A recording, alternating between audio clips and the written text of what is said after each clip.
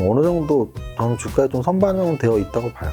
하반기는 실적 장세가 나오면서 주가 상승을 이제 견인할 것이다. 그래서 해자가 없는 기업은 투자하면 정말 힘들어요. 저는 앞으로 진짜 좋게 보는 게 애플카. 비메모리나 또는 차량용 메모리나 뭐 이런 거 관련된 애들은 되게 좋다고 보시면 되고.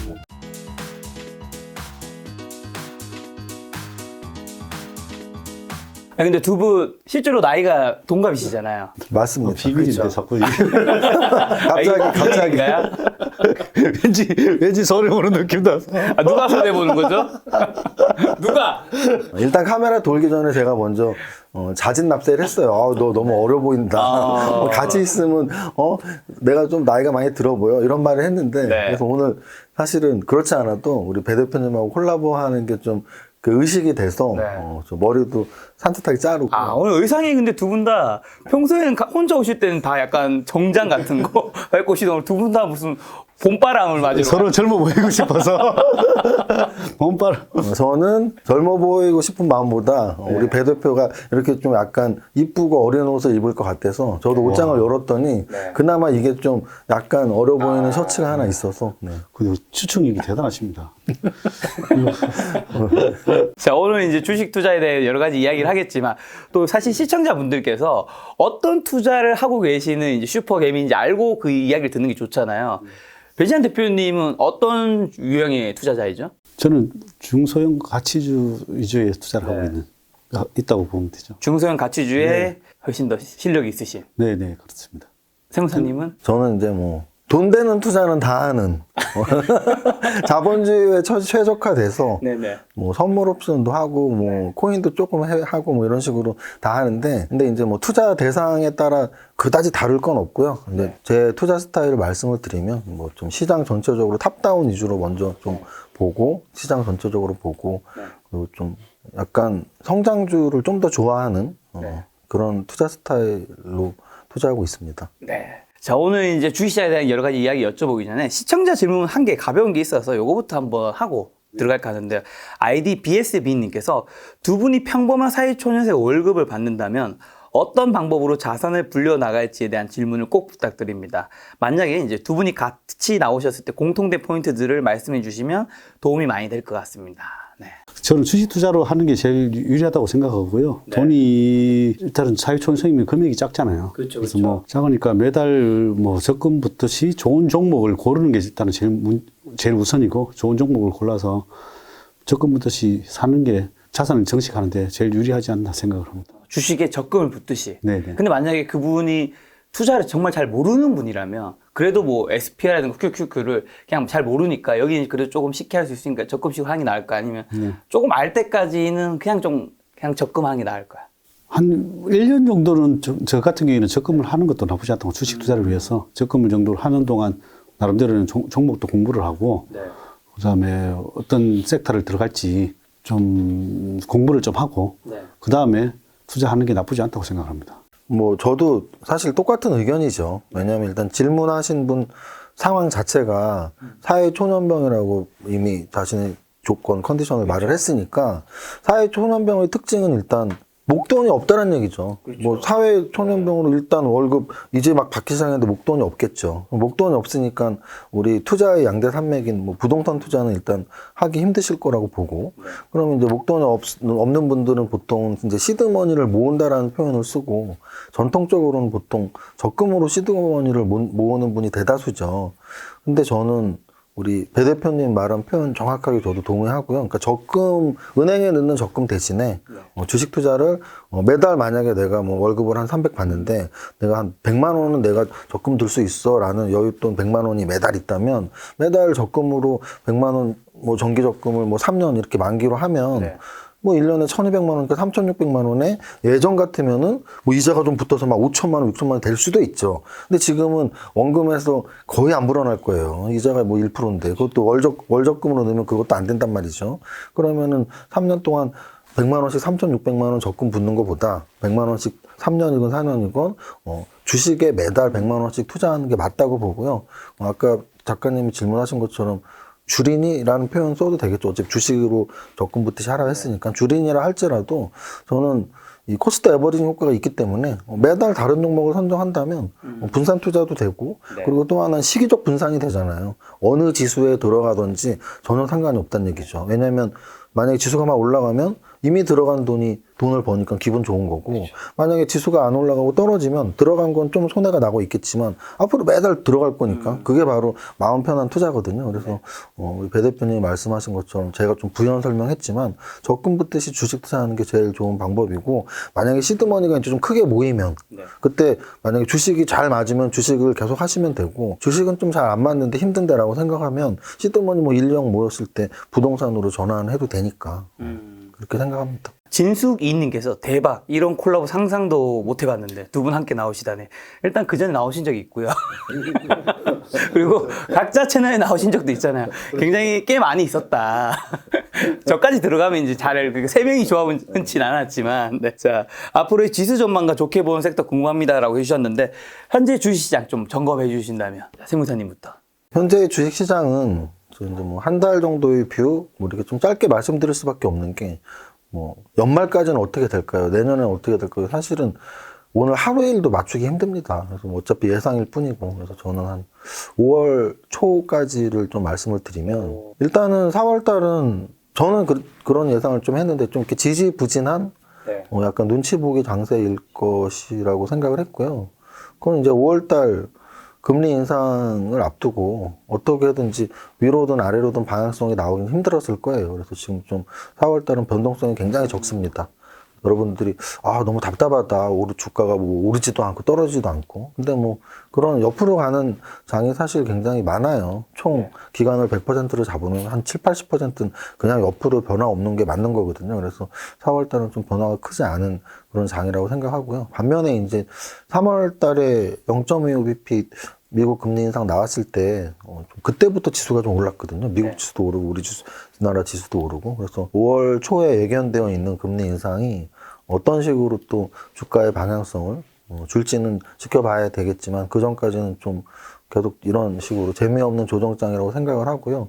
조금 더 길게 그럼 연말까지를 완전 추측은 아니고 그냥 금리 인상에 대해서만 말씀을 드린다면 어느 정도 저는 주가에 좀 선반영은 되어 있다고 봐요. 그래서 금리 인상 때문에 다 팔고 도망가야 돼라는 거에는 동의하진 않습니다. 그래서 금리 인상 이외의 변수가 어떻게 흘러갈지가 좀 더 중요한 것 같고 뭐 그런 관점에서 러시아 우크라이나 전쟁은 좀 빨리 끝났으면 좋겠네요. 왜냐하면 그거의 예상 밖의 범위로 갈수록 주식시장에는 악재가 되는 건데 예상 밖의 악재가 길어지는 것도 역시 예상 밖의 악재거든요. 뭐 사실 현대전은 총 쏘자마자 끝나는 경우가 많았어요, 과거에. 근데 러시아라는 대국이 지금 전쟁을 하는데 좀 한 달, 두 달 길어지고 있기 때문에 그로 인한 인플레이션이 좀 계속 되고 있죠. 그래서 인플레이션은 당연히 경제에는 안 좋습니다. 그래서 그 인플레이션을 좀 빨리 잡기 위해서라도 러시아 전쟁이 좀 언제 끝날지 좀 지켜볼 필요는 있고 그것 때문에 악재 영향이 좀 남아있다. 오래된 장기전 때문에 남아있다. 그래서 좀 지수가 변동폭은 적지만 좀 위로 올라가기 힘든 장 정도로 좀 지수에 대한 말씀을 드리고 싶네요. 대표님은요? 지금 어쨌든 저기 채권도 지금 계속 올라가고 그다음에 물가도 계속 올라가고 또 전쟁 이슈도 있고 금리 이슈도 있고 그래서 지금 악재는 지금 엄청 뭐 많이 있는 것 같아요. 그러니까 뭐 주가를 못 가고 있지만, 근데 그 악재가 지금 이렇게 다 많기 때문에 지금 주가가 반영이 됐다고 저는 보여지고, 그래서 뭐 지금 현재 상황은 뭐 주가가 뭐 반등하거나 아직까지 그런 시그널은 나오지 않았지만은 저는 이제 5월 전후로부터 좀 5월 그렇게 초 전후로부터 뭐 좀 이제 반등 기미가 있지 않을까. 그냥 개인적인 생각인데, 거기에 대한 대선도 있고, 우리나라 대선도 있고, 지금 우리나라가 지수가 이렇게 못 가는 이유 중에 하나는 첫 번째는 일단은 수급이 다 꼬여 있거든요. 또 외국인 수급, 또 기관 수급 다 꼬여 있는데 첫 번째 외국인들이 일단 뭐 주로 현 선물을 거의 다 동시 매도하면서 하고 또 아니면은 또 선물은 사고 현물은 팔고 뭐 이렇게 대응을 하고 있기 때문에 이 주식 시장이 못 가고 있는 거거든요. 특히 이제 우리나라 지수를 이끌어들려면 삼성전자가 가져야 되는데 그 자체를 계속 팔고 오히려 선물로서 뭐 회치하고 뭐 이렇게 하고 있으니 지수는 지금 현재는 못 가고 있는 상황인 것 같고, 그러나 곰곰이 생각해 보면 반도체가 올 1분기 실적이 잘 나왔잖아요. 그리고 잘 나온 거 치고는 더 가야 되는데 하반기 실적이 안 좋냐 이렇게 예상을 해보면 저는 더 하반기에 더 좋다고 보여지거든요. 그렇게 따져보면은 더 가야 되는데 이런 대외적인 변수 때문에 못 가고 있는 거거든요. 그래서 개인적인 생각으로는 이제 하반기에는 일단 리오프닝도 되고, 그 다음에 반도체 정설도 되고, 특히 뭐 시스템 반도체 쪽에서 정설도 되고 이러면서 실적 장세는 나올 것이다. 그래서 이제 하반기는 실적 장세가 나오면서 주가 상승을 이제 견인할 것이다.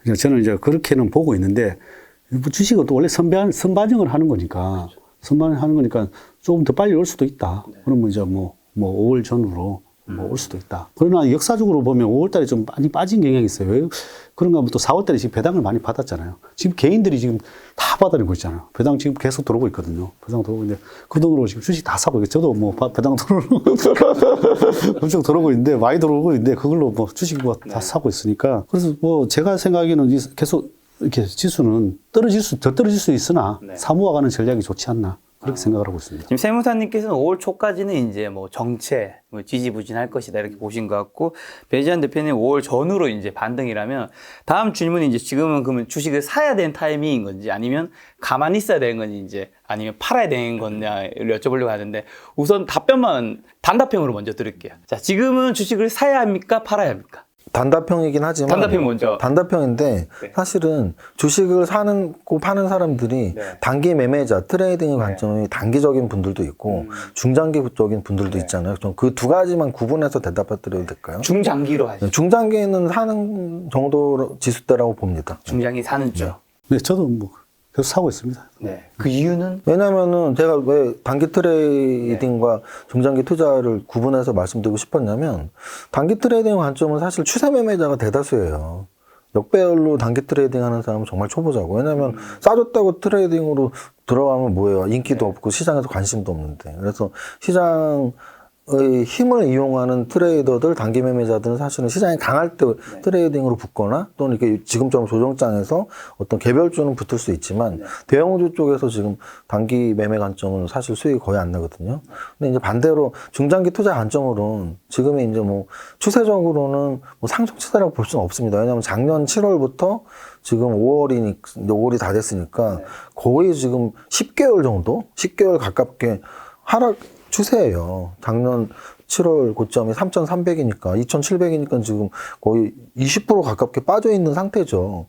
그렇게 따지면은 중장기 투자라는 거는 6개월 뭐 이렇게 짧게 보는 게 아니고 1년, 2년, 3년을 보는 거니까 지금 지수 때보다는 3년 후에는 올라갈 확률이 높죠. 왜냐하면 하락장이 3년, 4년 오진 않거든요. 그러면 적어도 빠르면 올 여름이면 한 1년 빠진 거고 또는 한 올가을이나 연말 되면 한 1년 반 동안 지금 3,300에서 2,600, 700으로 조정받은 거니까 적어도 반등은 점점 가까워지고 있으니까 길게 보시는 투자자들이라면 자신들이 좋아했던 종목들 평소에 이렇게 생각하시면 돼요. 아, 작년 5월, 6월에 사고 싶었던 종목. 그 종목들 지금 아마 주가 한 20%에서 많게는 30%까지 빠져 있거든요. 그럼 그 종목들이 아직도 사고 싶다면 좀 용기 내서 길게 보신다면 사도 좋다고 생각합니다.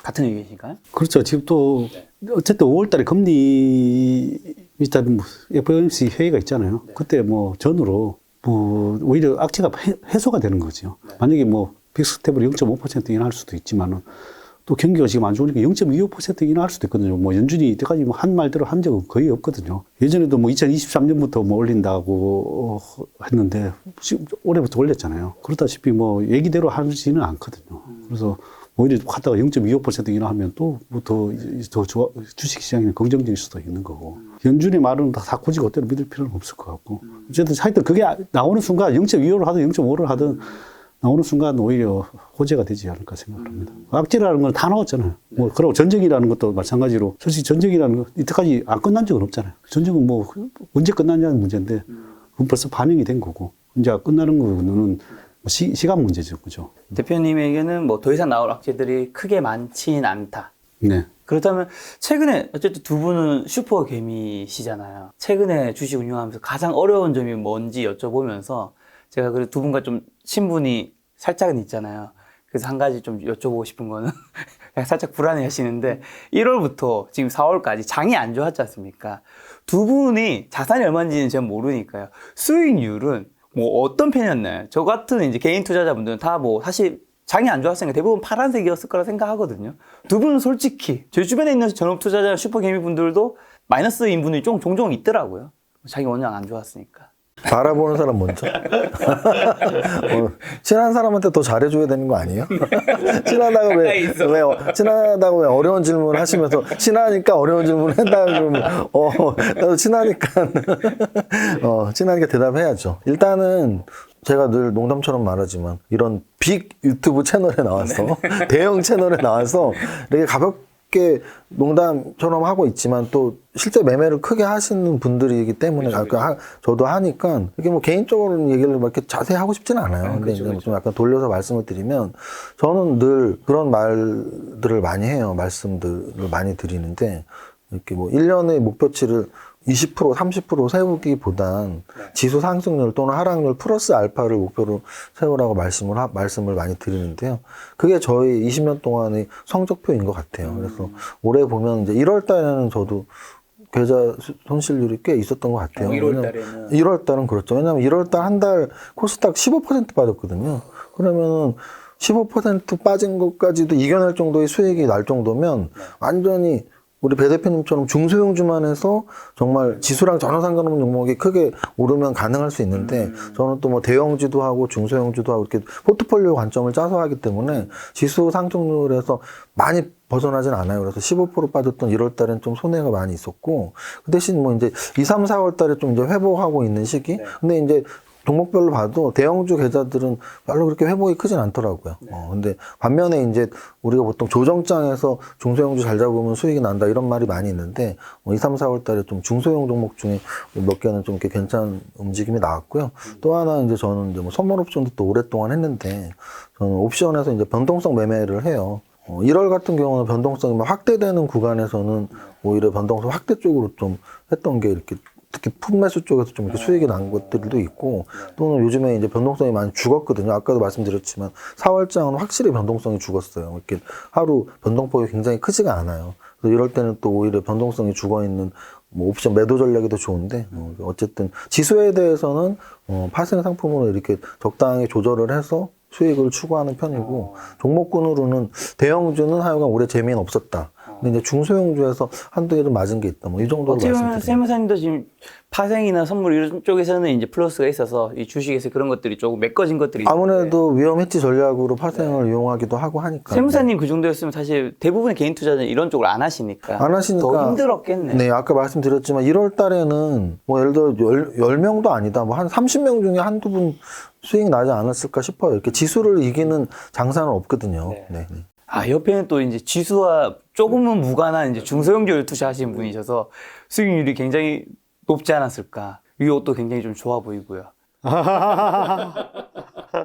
항상 브랜드를 입으셔서. 이거 좋은 옷이야? 브랜드 없는 겁니다. 저도 브랜드가 뭔지도 모르는. 가격 따위 궁금하지 않아요? 이거 메이커야? 나는 이거 메이커 아니에요? 강남역 지하철에서 산 옷인데. 메이크는 아닙니다. 예. 제 같은 경우는 이제 중소형주니까 그나마 뭐 어떻게 보면 수익을 나고 있는 상황이죠. 진짜. 근데 중소형주도 잘못하면 오히려 이런 장이 더 박살이 날 수도 있는 거 아닌가요? 그게 이제 종목 선정의 중요성이고 우리 배 대표님은 뭐 아까 자신의 스타일을 말했지만 뭐 20년 이상 중소형주 투자 전략 위주로 한 분이니까 종목 선정을 뭐 보통 투자자보다 훨씬 잘하시겠죠. 뭐 계좌마다 좀 틀리긴 한데 뭐 두 자리 수수 나는 데도 있고 좀 많이 들어가는 계좌는 그래도 한 자릿대 수익을 나고 있고 그런 상황이고. 하여튼 저는 이제 또 중소형주들을 이제 계속 이렇게 모아가던 전략이 쓰다 보니까 빠지면 계속 사모으고 하여튼 빠지면 계속 사모으기 때문에 크게 뭐 내 자리에서 내가 산 가격보다 더 밀리면 더 많이 사버리니까 잘 빠지는 경우들이 잘 없죠. 중소형주들. 지금 중소형주 얘기가 나와서 오늘은 또 늘 김 작가가 질문을 준비하잖아요. 제가 사전에 이제 질문을 드렸을 거예요. 각자 서로에게 질문 3가지씩 준비하셔야 된다고. 자, 세무사님이 이제 그럼 배진환 대표님한테 질문 한 3가지 정도 해주신다면. 제 투자 기법이 아까 처음에 설명드렸듯이 저는 이제 탑다운이라고 말씀드렸잖아요. 그렇죠. 근데 탑다운이라는 건 시장 전체를 좀 보고 그다음에 이제 업종을 봐요. 그래서 어떤 업종이 좋은지. 근데 이제 그 업종에 포함된 탑픽 종목을 스스로 골라내는 건데 제 전략과 우리 배 대표님의 전략을 혼합해서 제가 질문을 드리면 뭐 어떤 종목을 갖고 있냐는 종목 이름을 물어보는 건 아니고 배 대표님이 지금 좀 집중적으로 모아 나갔다고 아까 하셨는데 모아 나간 그 종목이 어떤 업종에 포함되는지는 한번 말씀하시면 우리 탑다운을 하시는 중소형 투자자분들에게 되게 좋은 팁이 될 것 같아요. 그 업종에 있는 중소형주들이 좀 좋아 보이는 게 있다? 어느 업종? 제가 종목을 여러 개 하다 보니까 물론 다 하는 게, 다르겠죠. 예, 뭐 리오프닝 주들도 있고, 그다음 원전 섹터도 있고, 보안 섹터도 있고, 그다음 피부 재생 뭐 이제 피부죠. 그다음에 또 그다음에 줄기세포, 줄기세포 뭐 이런 뭐 성장주 이런 쪽도 있고, 그다음에 또 뭐 자율주행 관련 쪽도 있고, 그다음에 또 자산주, 자산주 이런 쪽도 뭐 이런 자산주는 뭐 역금융 장세에 대비해서 계속 모으고 있고, 하여튼 뭐 이런 그렇게. 그 중에서 좀 비중이 좀 높게 크게 측정돼 실었다. 있는, 크게 실었다. 한 2개 정도. 네, 종목은 아니니까요. 뭐 리오프닝 자산 뭐 이런 자산. 그럼 거기서 또 추가적 질문 하나 하면 방금 말씀하신 뭐 줄기세포, 피부 이런 거 좀 구체적인 업종 내에서도 소 카테고리로 갈 정도 구체적인 업종이거든요. 그럼 그렇게 따지면 리오프닝은 사실 좀 약간 광범위하잖아요. 리오프닝에서 또 어떤 쪽을 더 좋아하시나요? 리오프닝 쪽에서도 뭐 저는 여행, 카지노, 뭐 영화관, 뭐 이쪽. 정말 이제 카지노. 사람들이 많이 소비를 할 수 있는 곳 바로 즉각적으로. 네. 여기서 오해하면 안 되는 게 여행이 뭐 항공 이런 쪽인 건 아닌 거죠? 저는 항공보다는 하여튼 그렇게 했습니다. 예. 항공은 조금 뭐 물론 좀 뭐라고 했지, 약간 거기는 트레이드적인 개념. 트레이드. 코로나 지금 이전보다 높은 주가라고 제가 들은 것 같은데. 그 높은 것도 있고 낮은 것도 있고 그렇습니다. 저가 항공사들은 뭐 그럼 저는 이제 하나만 뭐 배 대표님한테 제가 하는 개인적인 질문 하나만 추가로 더 드리겠습니다. 그러면 너무 디테일하십니다. 똑같이 하시면 돼요. 드리겠습니다. 그래서 얼마 벌었어요? 아까 전에 이제 그랬잖아요. 뭐 그래도 또 뭐 이렇게 1월 달 장이 이랬지만 또 그래도 잘 올라갔던 종목도 있다. 그래서 제가 알기로는 배 대표님 같은 경우에 우리 코로나 이후 2020년 한 3월부터 장 진짜 좋을 때 그때 종목명도 말씀하셨었죠. HMM도 갖고 있었다고 네네. 해서 뭐 지난 얘기니까. 그리고 또 HMM 워낙 대형주잖아요. 10조 이상 대형주니까 그거 막 템베고 나섰던 말도 하셨었고 했는데 지금 뭐 종목은 말씀 안 하시더라도 뭐 작년 7월부터 좀 이렇게 장이 흘러내렸잖아요.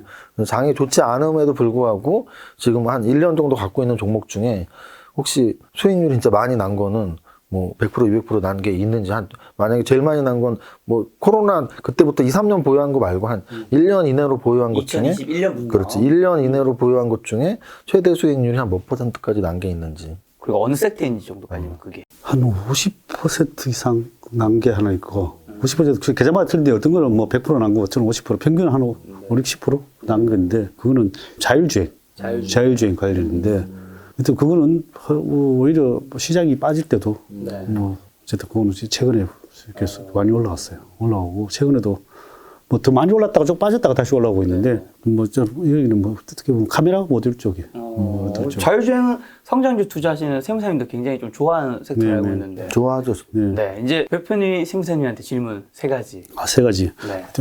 또 2가지밖에 없는데 하나는 적극적으로 해야 될 것 같은데. 2가지만 하세요. 뭐 숙제하는 것도 아니고 한 가지 하셔도 됩니다. 그럼 똑같이 최근 1년 동안 뭐 아까 최근 최고의 수익률을 줬던 똑같은 질문이에요. 저 같은 경우는 사실은 업종으로 말씀드리면요.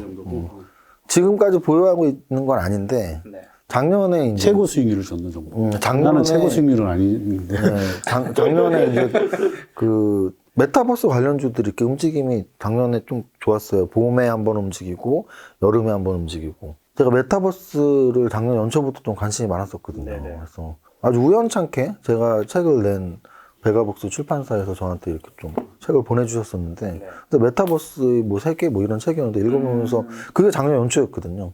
그러면서 아 이런 세계가 오는구나. 뭐 이렇게 신문에도 자주 나오고. 근데 이제 로블록스라는 회사가 3, 4월 달에 상장됐을 거예요. 근데 그 달에 우리나라 소확개미들이 테슬라를 제치고 로블록스를 가장 많이 샀다는 기사도 막 나오고. 그래서 그때부터 메타버스 관련주에 좀 관심을 많이 가졌었거든요.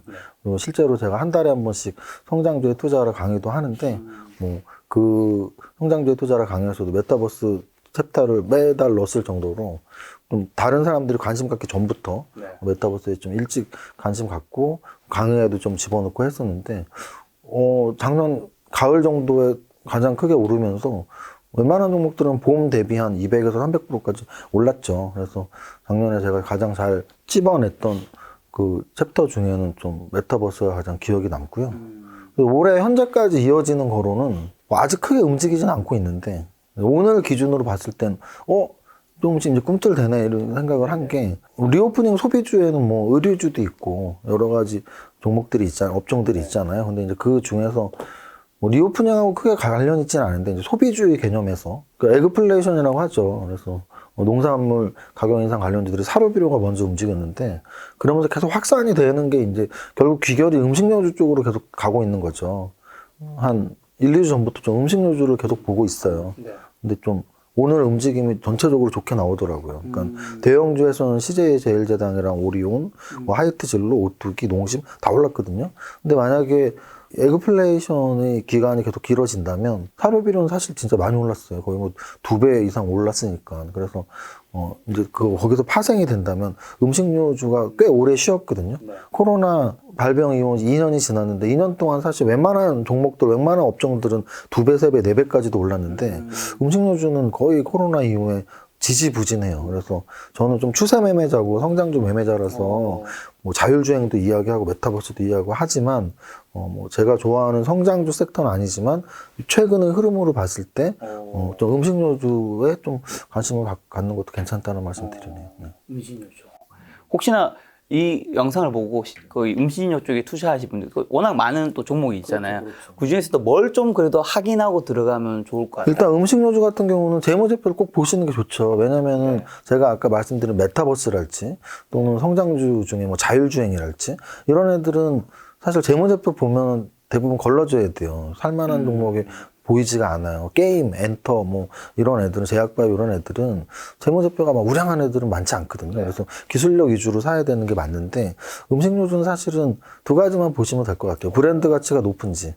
그래서 브랜드 가치가 높은 음식료주가 일단 계속 살아남는 거니까 끝까지. 그래서 브랜드 가치가 좀 있는지, 최종 소비자들한테 그 인지도가 있는지. 그리고 이제 두 번째는 재무제표에서 아무래도 매출이 적어도 성장을 안 하더라도 유지는 돼야 되는. 매출이 감소되면 그건 쇠퇴기업으로 들어갈 수 있으니까 매출이 좀 유지가 되면서 퍼도 좀 저퍼주가 많아요. 음식료주에서는 퍼 10, 뭐 이런 건 많이 있습니다. 그래서 퍼도 좀 낮고 매출도 유지되고 브랜드 가치도 있고 뭐 이런 음식료주는 중장기 투자로서도 원래 좋은 업종이에요. 뭐 우리 다 알잖아요. 워렌 버핏이 코카콜라만 마신다는 거. 왜 그 가치 투자의 대가가 음식료주를 살 때 높은 브랜드 가치가 있고 영업이익률이 나고 이런 걸 선호하죠. 근데 이제 제가 지금 말씀드리는 건 중장기적으로도 원래 음식료 업종은 좋은 업종인데 최근에 에그플레이션하고 연결져서는 단기적으로도 좀 움직임이 좋을 것 같다는 말씀을 드리는 거예요. 앞으로 좋게 보는 그게 지금 이제 금리 인상 시기잖아요. 남은 성장주 섹터. 금리 인상 시기에 성장주를 안 좋게 보시는 분들이 많아요. 근데 이제 저는 뭐 제가 쓴 책 제목도 성장주에 투자하라고 한 달에 한 번씩 오프라인 강의 위주로 성장주 투자하라 강의도 한 달에 한 번씩 하거든요. 이제 코로나가 거의 이제 해제가 돼서 좀 크게 강연해 할 생각도 있거든요. 그래서 근데 늘 제목은 성장주에 투자하라예요. 뭐 5월에 성장주에 투자하라, 6월에 성장주에 투자하라 이런 식으로 이제 제가 늘 그 섹터를 먼저 생각하고 이제 섹터에서 탑픽 종목을 연구하고 하는데 지금 성장주에 투자하라를 매달 하는 관점에서 지금 하나만 만약에 저한테 질문을 하시는 거 하나만 대답을 한다면 저는 여전히 여러 번 말씀드리는데 자율주행 하나만 잡으라면 저는 자율주행을 제일 연구 열심히 해라. 그 이유는 일단 파괴력이 있는 재료 가치가 계속 유효한 게 아직 남아있는 걸 꼭 기억하세요. 애플카. 애플카 재료가 언론에 살짝만 나와도 관련주들이 계속 오르죠. 지난주에도 LG노텍이 한번 하루에 한 8% 오른 적이 있거든요.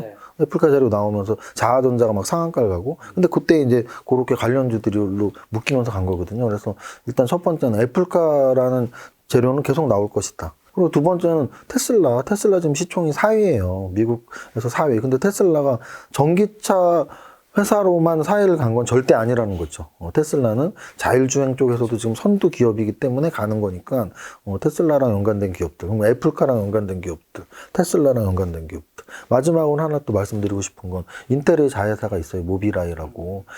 제가 아까 말씀드렸죠. 작년에 제가 메타버스를 좀 일찍 잡았던 건 로블록스 상장 전부터 이런 언론이나 리포트에 슬슬 나올 때부터 좀 관심을 가졌던 건데 지금 모비라이 상장 얘기가 이제 연초에 나왔었고 뭐 예정은 오리오리다 이런 말 나오는데 지금 장이 안 좋아서 진짜 상장될지 안 될지는 아직은 모르는데 만약에 상장이 된다면 또 이슈가 되겠죠. 그래서 그런 뭐 인텔 또는 뭐 테슬라, 애플 이런 기업들은 우리가 알고 있는 정말 미국의 빅테크 기업들이잖아요. 근데 지금 말하지 않은 구글, 아마존 이런 모든 기업들이 자율주행에 지금 어찌 보면 사활을 걸 정도로 관심을 갖고 연구를 하고 있다. 그리고 이제 실용화가 될 시간이 점점 가까워지고 있다. 그래서 저한테 만약에 배 대표님이 질문하신 것처럼 이런 금리 인상 시기에도 성장주 꼽아라. 그러면 저는 자율주행을 꼽습니다. 그럼 두 분 말씀 들어보면 두 분 다 지금 겹치는 거 하나는 자율주행이니까 두 분이 갖고 있는 종목이 겹칠 수도 있겠네요. 그럴 수도 있죠. 종목이 워낙 또 많으니까. 그러니까 겹칠 수 있다. 근데 아까 전에 이제 배 대표님께서 얘기해 주신 게 리오프닝, 원전, 보안, 피부재생, 줄기세포, 이제 자산주, 자율주행. 자율주행 빼고 세무사님이 얘기해 주신 것 중에 또 혹시 관심 가는 그 중에 하나 겹치는 건 있으세요? 아니면 나머지는 딱히? 아니 아무래도 리오프닝은 네. 계속 저도 주의 깊게 보고 있죠. 근데 이제 리오프닝이 사실은 굉장히 애매한 부분이 있어요. 뭐냐면 이게 이제 재료 가치라는 게 나온 다음엔 소멸 과정을 거치는 건데 지금 과연 리오프닝이 된 거냐 안 된 거냐의 문제죠. 네. 근데 사실은 1차적으로는 한 번은 된 거죠. 왜냐하면 녹화일 기준으로 이번 주 월요일부터 시간도 무제한으로 영업시간이 바뀌고 또 2인에서 4인에서 8인까지 제한을 뒀던 것도 이제 모임 인원도 무제한으로 바뀌었으니까 1차적으로는 좀 리오프닝이 된 거죠. 근데 이제 그만큼 리오프닝주들이 실제 오르는 모습은 이번 주에는 안 나오거든요. 근데 이제 사실은 그거보다 더 큰 리오프닝은 비행기 타고 놀러 다니는 거죠. 외국 사람도 우리나라에 많이 오고, 그렇죠. 우리나라도 많이 가고. 근데 아직 거기까지는 아닌 거죠. 뭐 물론 왔다 갔다 하는 게 자유로운 나라가 한두 개 있긴 하지만 아직은 들어갈 때도 계속 PCR 검사하고 우리나라 들어올 때도 하고 해서 많이 불편하다 하더라고요. 제가 지난주인가 지지난주에 이렇게 베트남 갔다 온 형님이랑 한번 저녁을 먹었는데요. 갈 때도 뭐 PCR하고 들어올 때도 하고 좀 이렇게 제한은 분명히 있더라고요. 그래서 그런 관점에서는 아직은 100% 리오프닝이 아니니까 리오프닝 관련주는 여전히 좀 관심을 가지실 필요는 있다. 그러면 리오프닝은 아까 전에 배진환 대표님은 여행 카지노 쪽 관심 가지고 있다고 하셨는데 워낙 넓은데 세무사님 딴 쪽에서 어딘 쪽? 저는 약간 화장품 쪽에서 보고 있습니다. 왜냐면은 저는 이제 대형주랑 중소형주가 같이 움직이는 장을 그런 움직임을 좀 크게 움직인다라는 표현을 쓰는데요. 대형주 중에서 화장품 관련주 중에서 LG생활건강하고 아모레퍼시픽이 그래도 한 지난주부터 좀 바닥 다지면서 꿈틀대는 모습을 보이고 있거든요. 그래서 걔네들이 꿈틀대니까 중소형주 중에서 뭐 이츠한불이나 토니몰이나 뭐 아니면 색조화장품의 클리오나 뭐 이런 애들이 또 같이 움직이는 모습을 이렇게 하루 이틀 보여줬어요. 그래서 만약에 리오프닝에서 좀 크게 그러니까 같이 움직이는 대형주, 중소형주가 같이 움직이는 애들 중에 저는 좀 화장품 관련주는 좀 보고 있습니다. 아까 전에 말씀하신 성장주에서 어저께였나요? 넷플릭스가 깜짝 놀랐습니다.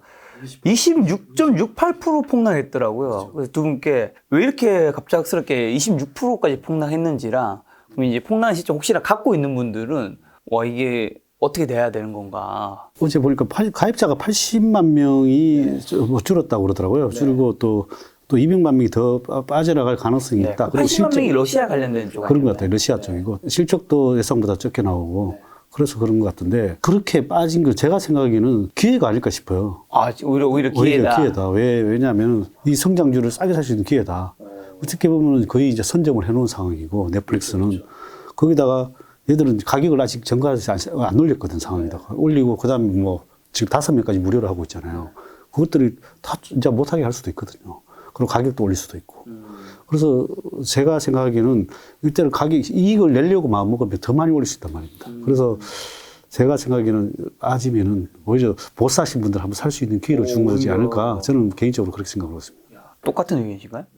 저는 일단 뭐 넷플릭스에 대한 거는 뭐 배 대표님이 말씀하신 거랑 뭐 비슷하니까 거기에 추가로 해서 국내 엔터주의 영향 설명드릴게요. 왜냐면 오늘이 지금 녹화일 기준으로 오늘 사실 반영이 된 거거든요. 그래서 넷플릭스가 어젯밤에 20% 떨어졌고 근데 오늘 우리나라 종목들 중에 엔터주들이 사실 조정을 좀 받았어요. 하이브도 한 4%, 5% 빠지고, 기획 3사들, 뭐 SM, YG, JYP, 그리고 또 뭐 드라마 제작하는 CJ ENM이나 스튜디오 드래곤. 오늘 사실 지수는 보합이었는데, 그러면 지수 보합 중에 전체적으로 떨어졌던 얘기는 악영향을 미친 거죠. 그래서 넷플릭스의 급락이 우리나라 엔터주들에 좀 하락에 영향을 미쳤는데요.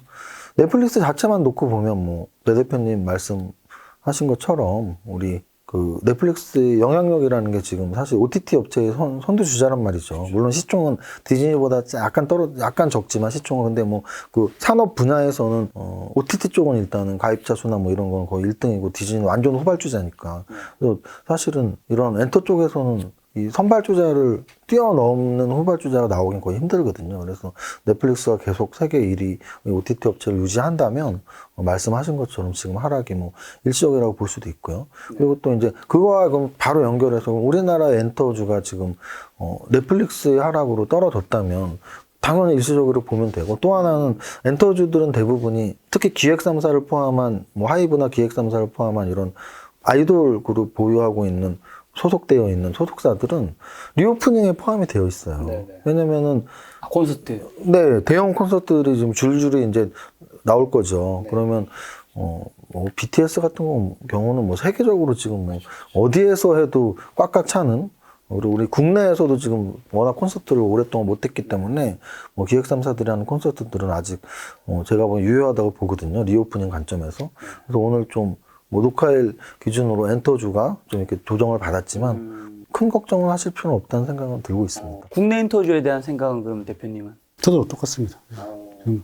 두 분이 회의하고 나오셨나요? 전체적으로 아까부터 계속 너무 비슷한데요? 회의는 아니고 서로 이렇게 엇갈리게 말하면 저는 오늘 전략을 한 명 틀릴까봐. 아니 저는 오늘 전략을 동의하는 쪽으로 많이 세운 게 사실 아까 카메라를 이렇게 봤을 때 내가 우리 카메라 우리 녹음하기 전에 방송 시작하기 전에 말씀을 드렸었는데 두 분한테 너무 착해 보이시니까 제가 좀 못돼 보이더라고요. 그래갖고 아 오늘은 뭐 이렇게 반대하고 하면 더 못돼 보이겠다. 그래서 이렇게 수긍하고 맞습니다 하면 제가 좀 이미지가 착해 보이지 않을까. 저도 성장률 잘 모르니까 오히려 수긍해야 됩니다. 자, 다시 얘기해 주세요.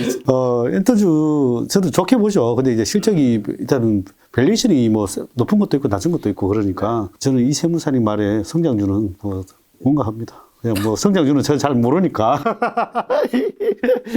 그렇게 순박하게 웃지 마세요. 내 말이 너무 착해 보인다고. 저희 다음 시청의 질문 하나. 거기에 대한 질문이었어요? 착해 보인다에 대한. 아, 난 지금 저희 다음 이제 시청의 질문 말씀드리면 노윙 코리안진님께서 요즘 경제 방송에서 사지 말라고 하는 삼성, LG, 네이버, 카카오. 아마 여기서 삼성은 삼성전자일 것 같고 LG는 뭘까? LG화학, LG전자, 뭐 LG NH솔루션 그쪽이겠죠. 고루 2011년에 사서 미끄럼 타고 있습니다. 장기적으로 유망하다고 보지만 2년 후에 돈을 찾아 개인 사업 자금비가 필요한데 주식을 계속 그때까지 보유해도 되는지요. 그리고 네이버는 올해 영업 실적이 마이너스를 하여 계속 가정하도 무방한지요. 꼭꼭꼭 도와주세요. 감사합니다. 네이버 실적이 뭐 조금 안 좋게 나왔다는 얘기 기사를 본 것 같아요.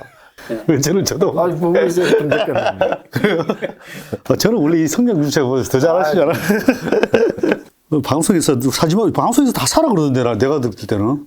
제가 들을 때는 다 사라 그러는데 이분은 이상한 방송인데. 사지 말라는 이야기도 좀 있었습니다. 아 그래요? 네. 아 좋은 채널을 보고 계셨구나. 사지 말라는 채널들은 잘 없는데 원래 사실. 그래서 네이버에 대해서 이제 물으신 거죠? 네이버, 카카오, 삼성전자 뭐 이렇게 LG는 애매하게 얘기하셔서 LG는 이거 어디 말한 걸까요? 제 예상은 LG 에너지 솔루션이 아닐까. 좋습니다. 에너지 솔루션을 합시다. 왜냐면 이제 시총이 삼성전자가 1위고 LG 에너지는 2위고 뭐 네이버 카카오가 뭐 5위, 8위 뭐 이렇게 그렇죠. 탑 10 안에 있는 걸 물어본 것 같아요. 네, 시총 대형주로. 네. 네. 삼성, 네이버, 카카오 정말 다 좋은 회사잖아요. 그렇죠. 뭐 정말 좋은 회사인데 어쨌든 뭐 작년에 너무 다 많이 올랐다 보니까 지금 뭐 조정받고 있고 뭐 또 정부 규제도 있고 뭐 이런 상황에서 미끄럼 타고 내려왔는데 주식이라는 게 또 계속 뭐 하얀 길만 있는 건 아니잖아요. 제가 생각하기에는 2년 근데 이 사람은 2년 후에 갚아야 된다는 게 가장 주식 투자는 이제 안 좋은 거잖아요. 그러면 이제 2년 안에 올라간다는 그 세상에 누구도 모르는 거죠. 특히 뭐 이런 주식을 사면서 3년, 5년 이상을 보유한다고 생각하고 사기 때문에 나는 간다고 예측을 하고 사지, 당연히. 근데 제가 사보니까 5년, 10년 걸리는 것도 많아요. 그래서 주식을 2년 후에 사업 자금으로 써야 된다면은 저는 제 개인적인 생각에는 어느 정도 만약에 반등이 주고 자기 원금이 보탰다면은 일단 파셔라. 왜냐면 이거 사업 자기가 꼭 필요한 자금을 이거 심리적으로 못 견뎌내거든요. 그래서 떨어지면은 결국은 팔 수밖에 없는 상황이라 일단 여유 자금이 없으실 때는 어느 정도 이익이 났을 때 그냥 파시는 게 좋지 않나. 주식은 왜냐하면 이렇게 계속 변동을 가지고 내가 이 회사를 아무리 2년 만에 수익을 냈다는, 오른다는 거기에 대한 확신은 저도 없어요. 저도 없어요. 배지한 대표님이 이제 개인 사업 자금비에 필요한 돈은 이제 내가 이제 여유롭게 투자를 못하니까 그런 답변을 주신 거고 이제 종목에 대해서만 좀 전망을 좀 네, 해주신다면. 어쨌든 뭐 사업자금 2년 후에 필요할 때까지 2년 동안 좀 잘 수익이 나시면 좋겠네요. 이거 덕담하면 착해 보일까봐. 아니, 덕담하면 착해 보일까봐. 그래서 수익 나셔야죠, 당연히. 그리고 그 수익 나는데 제가 이제 뭐 사례로서 이걸 진짜 제가 아는 사람이 네네. 좀 구체적으로 한번 상담을 드리고 싶어요. 뭐냐면 제가 아는 사람이 전화가 온 거죠. 아, 이세무사님, 네네. 제가 4종목을 샀어요. 네 종목. 왜냐면 제가 유추하건데 그 4종목을 갖고 계신 것 같아요. 그래서 삼성전자랑 LG 에너지 솔루션이랑 네이버랑 카카오 4종목을 샀는데 그냥 갖고 갈까요? 뭐 1억으로 2,500만 원씩 4종목을 샀어요라고 상담을 제가 받았다면 저는 이렇게 답을 드리고 싶어요. 일단은 뭐 초보자 분이시니까 이렇게 걱정하고 질문도 하시겠죠. 잘하시는 분이면 질문하시진 않겠죠. 그래서 초보자 분이라서 일단 1차적으로 잘한 건 우리 배 대표님이 사실 중소형주의 대가라서 이런 말씀 드리긴 뭐하지만 초보자분들은 일단 대형주가 더 안전하긴 합니다. 그죠, 그거는. 중소형주는 종목 선정 잘못하면 삐끗하면 뭐 잘못될 수 있지만, 대형주는 사실 뭐 삼성전자 샀다가 잘못되신 분 없잖아요. 왜냐면 적어도 주가가 하락을 할 수는 있어도 감자라거나 뭐 관리 종목 들어갈 일은 없거든요. 그래서 적어도 탑10 안에 들은 거 4개 갖고 있는 건 그래도 잘했다. 근데 이제 포트폴리오로 본다면, 지금 가정한 거에 그렇게 4종목. 저는 네이버, 카카오 둘 중에 하나 팔고 다른 거로 바꿔야죠. 왜냐면 네이버, 카카오는 비슷한 차트의 흐름을 갖고 있고 실제 사업 영역도 비슷하기 때문에 둘 중에 만약에 카카오를 더 좋아하신다면 네이버를 팔면 되고 뭐 네이버를 좋아하신다면 카카오를 팔면 되고 최근의 차트 흐름으로는 저는 네이버가 좀 더 나아 보입니다. 작년 코로나 큰 상승장에서는 카카오가 훨씬 셌었는데 오히려 하락장에서는 네이버가 좀 더 잘 버티더라고요. 그래서 만약에 둘 중에 하나를 픽을 한다면 저는 네이버. 그러면 둘 중에 하나 비슷한 산업 업종을 하나를 팔았으니 하나를 새로 사야 되잖아요. 탑10 안에 그러면 있는 업종이 이제 뭐가 남았냐면 제약바이오랑 2차전지는 LG에너지솔루션 일단 가정하에 자동차가 없는 거죠. 그렇죠. 그럼 자동차는 탑10 안에 현대차, 기아차가 있어요. 그렇죠. 현대차, 기아차 둘 중에는 저는 최근에 기아가 훨씬 좋은 움직임이라고 보거든요. 만약에 4차 산업혁명 플랫폼 2개를 다 갖고 있는 거라면 하나를 파셔서 자동차 쪽에 기아로 옮겨도 나쁘지 않은 결과다. 포트폴리오의 그 모양상으로는 훨씬 더 나아 보이고요. 그리고 뭐 삼성전자를 갖고 있다면 탑10 안에서 SK하이닉스랑 이제 비교를 해야 되는데 삼성전자 계속 갖고 가는 게 좀 더 좋아 보입니다. 그리고 LG 에너지 솔루션 같은 경우는 뭐랑 비교해야 되겠어요? 탑10 안에 삼성 SDI가 있거든요. 둘 중에 저는 사실 삼성 SDI가 좀 더 좋아 보여요. 그 이유는 뭐냐면 LG 에너지 솔루션은 오늘 기준으로 좀 100조 왔다 갔다 해요. 근데 지금 한 거의 상장되고 나서 한 115조, 뭐 120조까지 올라갔다가 90 몇 조까지 한번 내려갔다가 좀 100조 딱 유지하거든요. 근데 그 100조가 우리나라 시총 2위 수준이에요. SK하이닉스가 좀 80조니까. 근데 이런 말 하면 되게 어떨지 모르지만 뭐 대기업 좋아하는 분들은 뭐 그런 말을 해 이럴 수 있는데 저는 주식만 평생 한 사람으로서 좀 아이러니한 게 원래 LG화학이 분사하기 전에 그러니까 2개를 기업 분할하기 전에 물적 분할을 해서 재상장을 한 거죠. LG에너지 솔루션은. 그 전에 LG화학 하나만 있을 땐 시총이 많이 올라갔을 때는 한 70조? 그리고 좀 낮을 때 50조 그랬어요. 50조, 70조 왔다 갔다 했다고요. 그리고 삼성 SDI랑 갭이 크지 않았고 근데 삼성 SDI가 지금 한 40조, 45조 하거든요. 근데 LG에너지 솔루션은 100조야. 그리고 LG화학은 30조야. 합치면 130조거든요. 그럼 기업 분할했다고 70조 하던 게 130조가 됐어요. 지금 삼성전자는 코로나 이후에 뭐 500조, 400조 왔다 갔다 하는 거 그대로고 SK하이닉스도 80조, 100조 왔다 갔다 하는 거 그대로고 근데 LG 에너지 솔루션은 원래 70조짜리 LG화학하고 한 몸이었는데 떨어뜨려서 상장시켰더니 100조가 된 거죠. 그래서 저는 사실은 이런 시총의 모습으로 봤을 땐 LG에너지 솔루션보다는 삼성 SDI가 좀 주가 상승 여력은 더 있다고 제 분석 기법으로는 그렇게 파악을 하고 있거든요. 그래서 어쨌든 만약에 이분이 이 4개를 어떻게 할까요? 라는 질문이라면 그리고 제가 친한 사람한테 조언을 해준다면 삼성전자는 뭐 갖고 있어. 뭐 우리나라 시총 1위고 근데 LG에너지 솔루션도 시총 2위라서 뭐 좋기는 하지만 다른 대안인 삼성 SDI가 좀 더 좋아 보이는 것 같은데, 그리고 네이버랑 카카오는 같은 업종이니까 둘 중에 하나는 버리고 다른 업종인 자동차 요즘 좀 그래도 올라오는 모습 보이니까 현대차나 기아 고민해야 되는데, 그 중에 기아가 제가 보는 관점은 좀 나아. 이렇게 좀 상담을 해주고 싶고요. 이거는 정말 사례니까, 뭐, 이거 보시는 분이, 삼성 SDI는 기아 사야지 이건 아니고, 탑10 안에 있는 시총 큰 종목이라서 사례로서 좀 말씀드린 겁니다. 자, 코스피 시가총액 이제 얘기 나와서 이제 섹터별로 한번 대형주라서 좀 편하게 점검을 여쭤보면 반도체 삼성전자, SK하이닉스 중에서는 삼성전자 더 좋게 보시는 거죠? 방금 말씀해 주셨어요. 아무래도 안정성 측면에서. 근데 최근에 이 추세나 차트로는 SK하이닉스가 좀 더 그래도 재미있게 움직여요. 변동성이 있고 삼성전자는 정말 흘러내렸거든요. 네. 그래도 안정성 측면에서 삼성전자가. 네. 대표님은 둘 중에는요? 삼성전자, SK하이닉스. 안정성을 원하면 삼성전자, 네. 수익성을 원하면 SK하이닉스가 좋지 않겠나. 그래서 최종 결론은 반도체 섹터는 일단 수익률 면에서는 SK하이닉스. 네. 좀 반대되는 의견이 나왔습니다. 네. 좋습니다. 네, 좋습니다. 왜 다 이제 달라졌을까요? 좋습니다. 너무 똑같이 하면 또 욕먹어. 그러니까요. 댓글에 너무, 야, 못하러 둘이 나왔냐? 한 명 나와도 똑같은데, 뭐, 댓글에 이게 달릴 수가 있어. 시간만 잡아보고 이거 있어. 적당한 타이밍에 딱 괜찮게 지금 다른 의견. 자, 이제 서로에게 이제 반박을 좀 해주세요. 왜 삼성전자고 왜 하이닉스인지. 굳이? 왜 하이닉스인가요? 사실은 뭐 포트폴리오는 삼성전자가 훨씬 좋죠. 그렇죠. 훨씬 좋고, 그러나 이제 삼성전자는 저는 개인적으로 산다면 삼성전자를 사요. 근데 왜 삼성전자를 하고 하이닉스를 얘기했냐면 삼성전자는 모든 변수가 너무 많은 거예요. 이 회사 가치를 보고 사는 게 아니라 뭐 인덱스라든지 또 그다음에 뭐 선물 옵션 만기 뭐 이게 여기에 너무 많이 휘달리니까 이게 자기가 본 가치를 찾지를 못하는 거예요. 물론 하이닉스도 뭐 거기에 영향을 전혀 받지는 않는 건 아니지만은 그나마 좀 덜 벗어나고 있으니 그래서 하이닉스가 그래서 차트가 좋은 거예요. 차트가 살아있기 때문에 수익률 면에서는 이게 보통 차트가 살아있는 얘가 먼저 가겠다는 거거든요. 그래서 좀 차트적인 면에서는 하이닉스가 좀 유리하지 않나 그렇게 보고 있습니다. 네. 근데 방금 이제 전 좀 재밌었던 게 너무 답변이 너무 재밌으셨던 게 안정성은 삼성전자야. 수익성은 SK하이닉스야. 최종 결론은 SK하이닉스야. 근데 내가 살려면 삼성전자야. 정말 최종. 세종은 하이닉스로 수익률로 봐야 되니까 하이닉스로 하겠습니다. 네, 네. 삼성전자야 돼. 한 번만 조금만 더 얘기해. 근거. 네네네.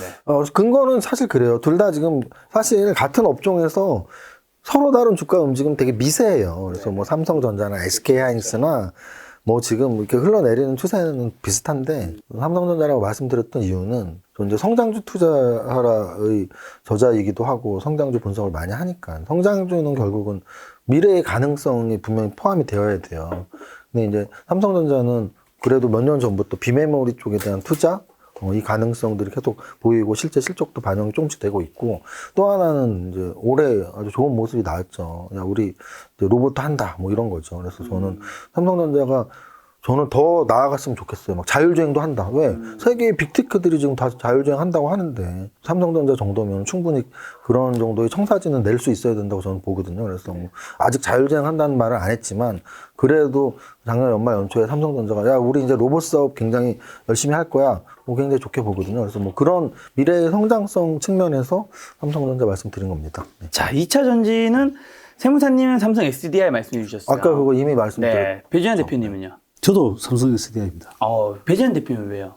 LG 에너지 솔루션은 저쪽이 저도 똑같은 너무 고평 생각이고, 그리고 삼성 SDI가 좋은 거는 물론 차트도 제일 살아있고, 두 번째로 보면 어쨌든 얘는 전고체 배터리잖아요. 지향을 하고 있잖아요. 그래서 뭐 어쨌든 지속 시간이나 이런 것들이 훨씬 앞으로는 더 유리한 고지에는 있다고 봐야죠. 그래서 좀 원래 주식을 꿈을 먹고 사는 거잖아요. 그래서 그런 면에서는 삼성 SDI가 훨씬 좋지 않을까 생각을 합니다. 자, 인터넷 섹터에서는 네이버 선택하셨어요. 배지환 대표님은요? 저는 왠지 반대를 하고 싶습니다. 카카오. 아주 좋은 대답입니다. 네. 왜요? 네이버는 원래 미래에 다 꿈을 먹고 산다 그러잖아요. 네이버는 원래부터 이제 해외에서 정착을 하고 있었고. 그렇죠.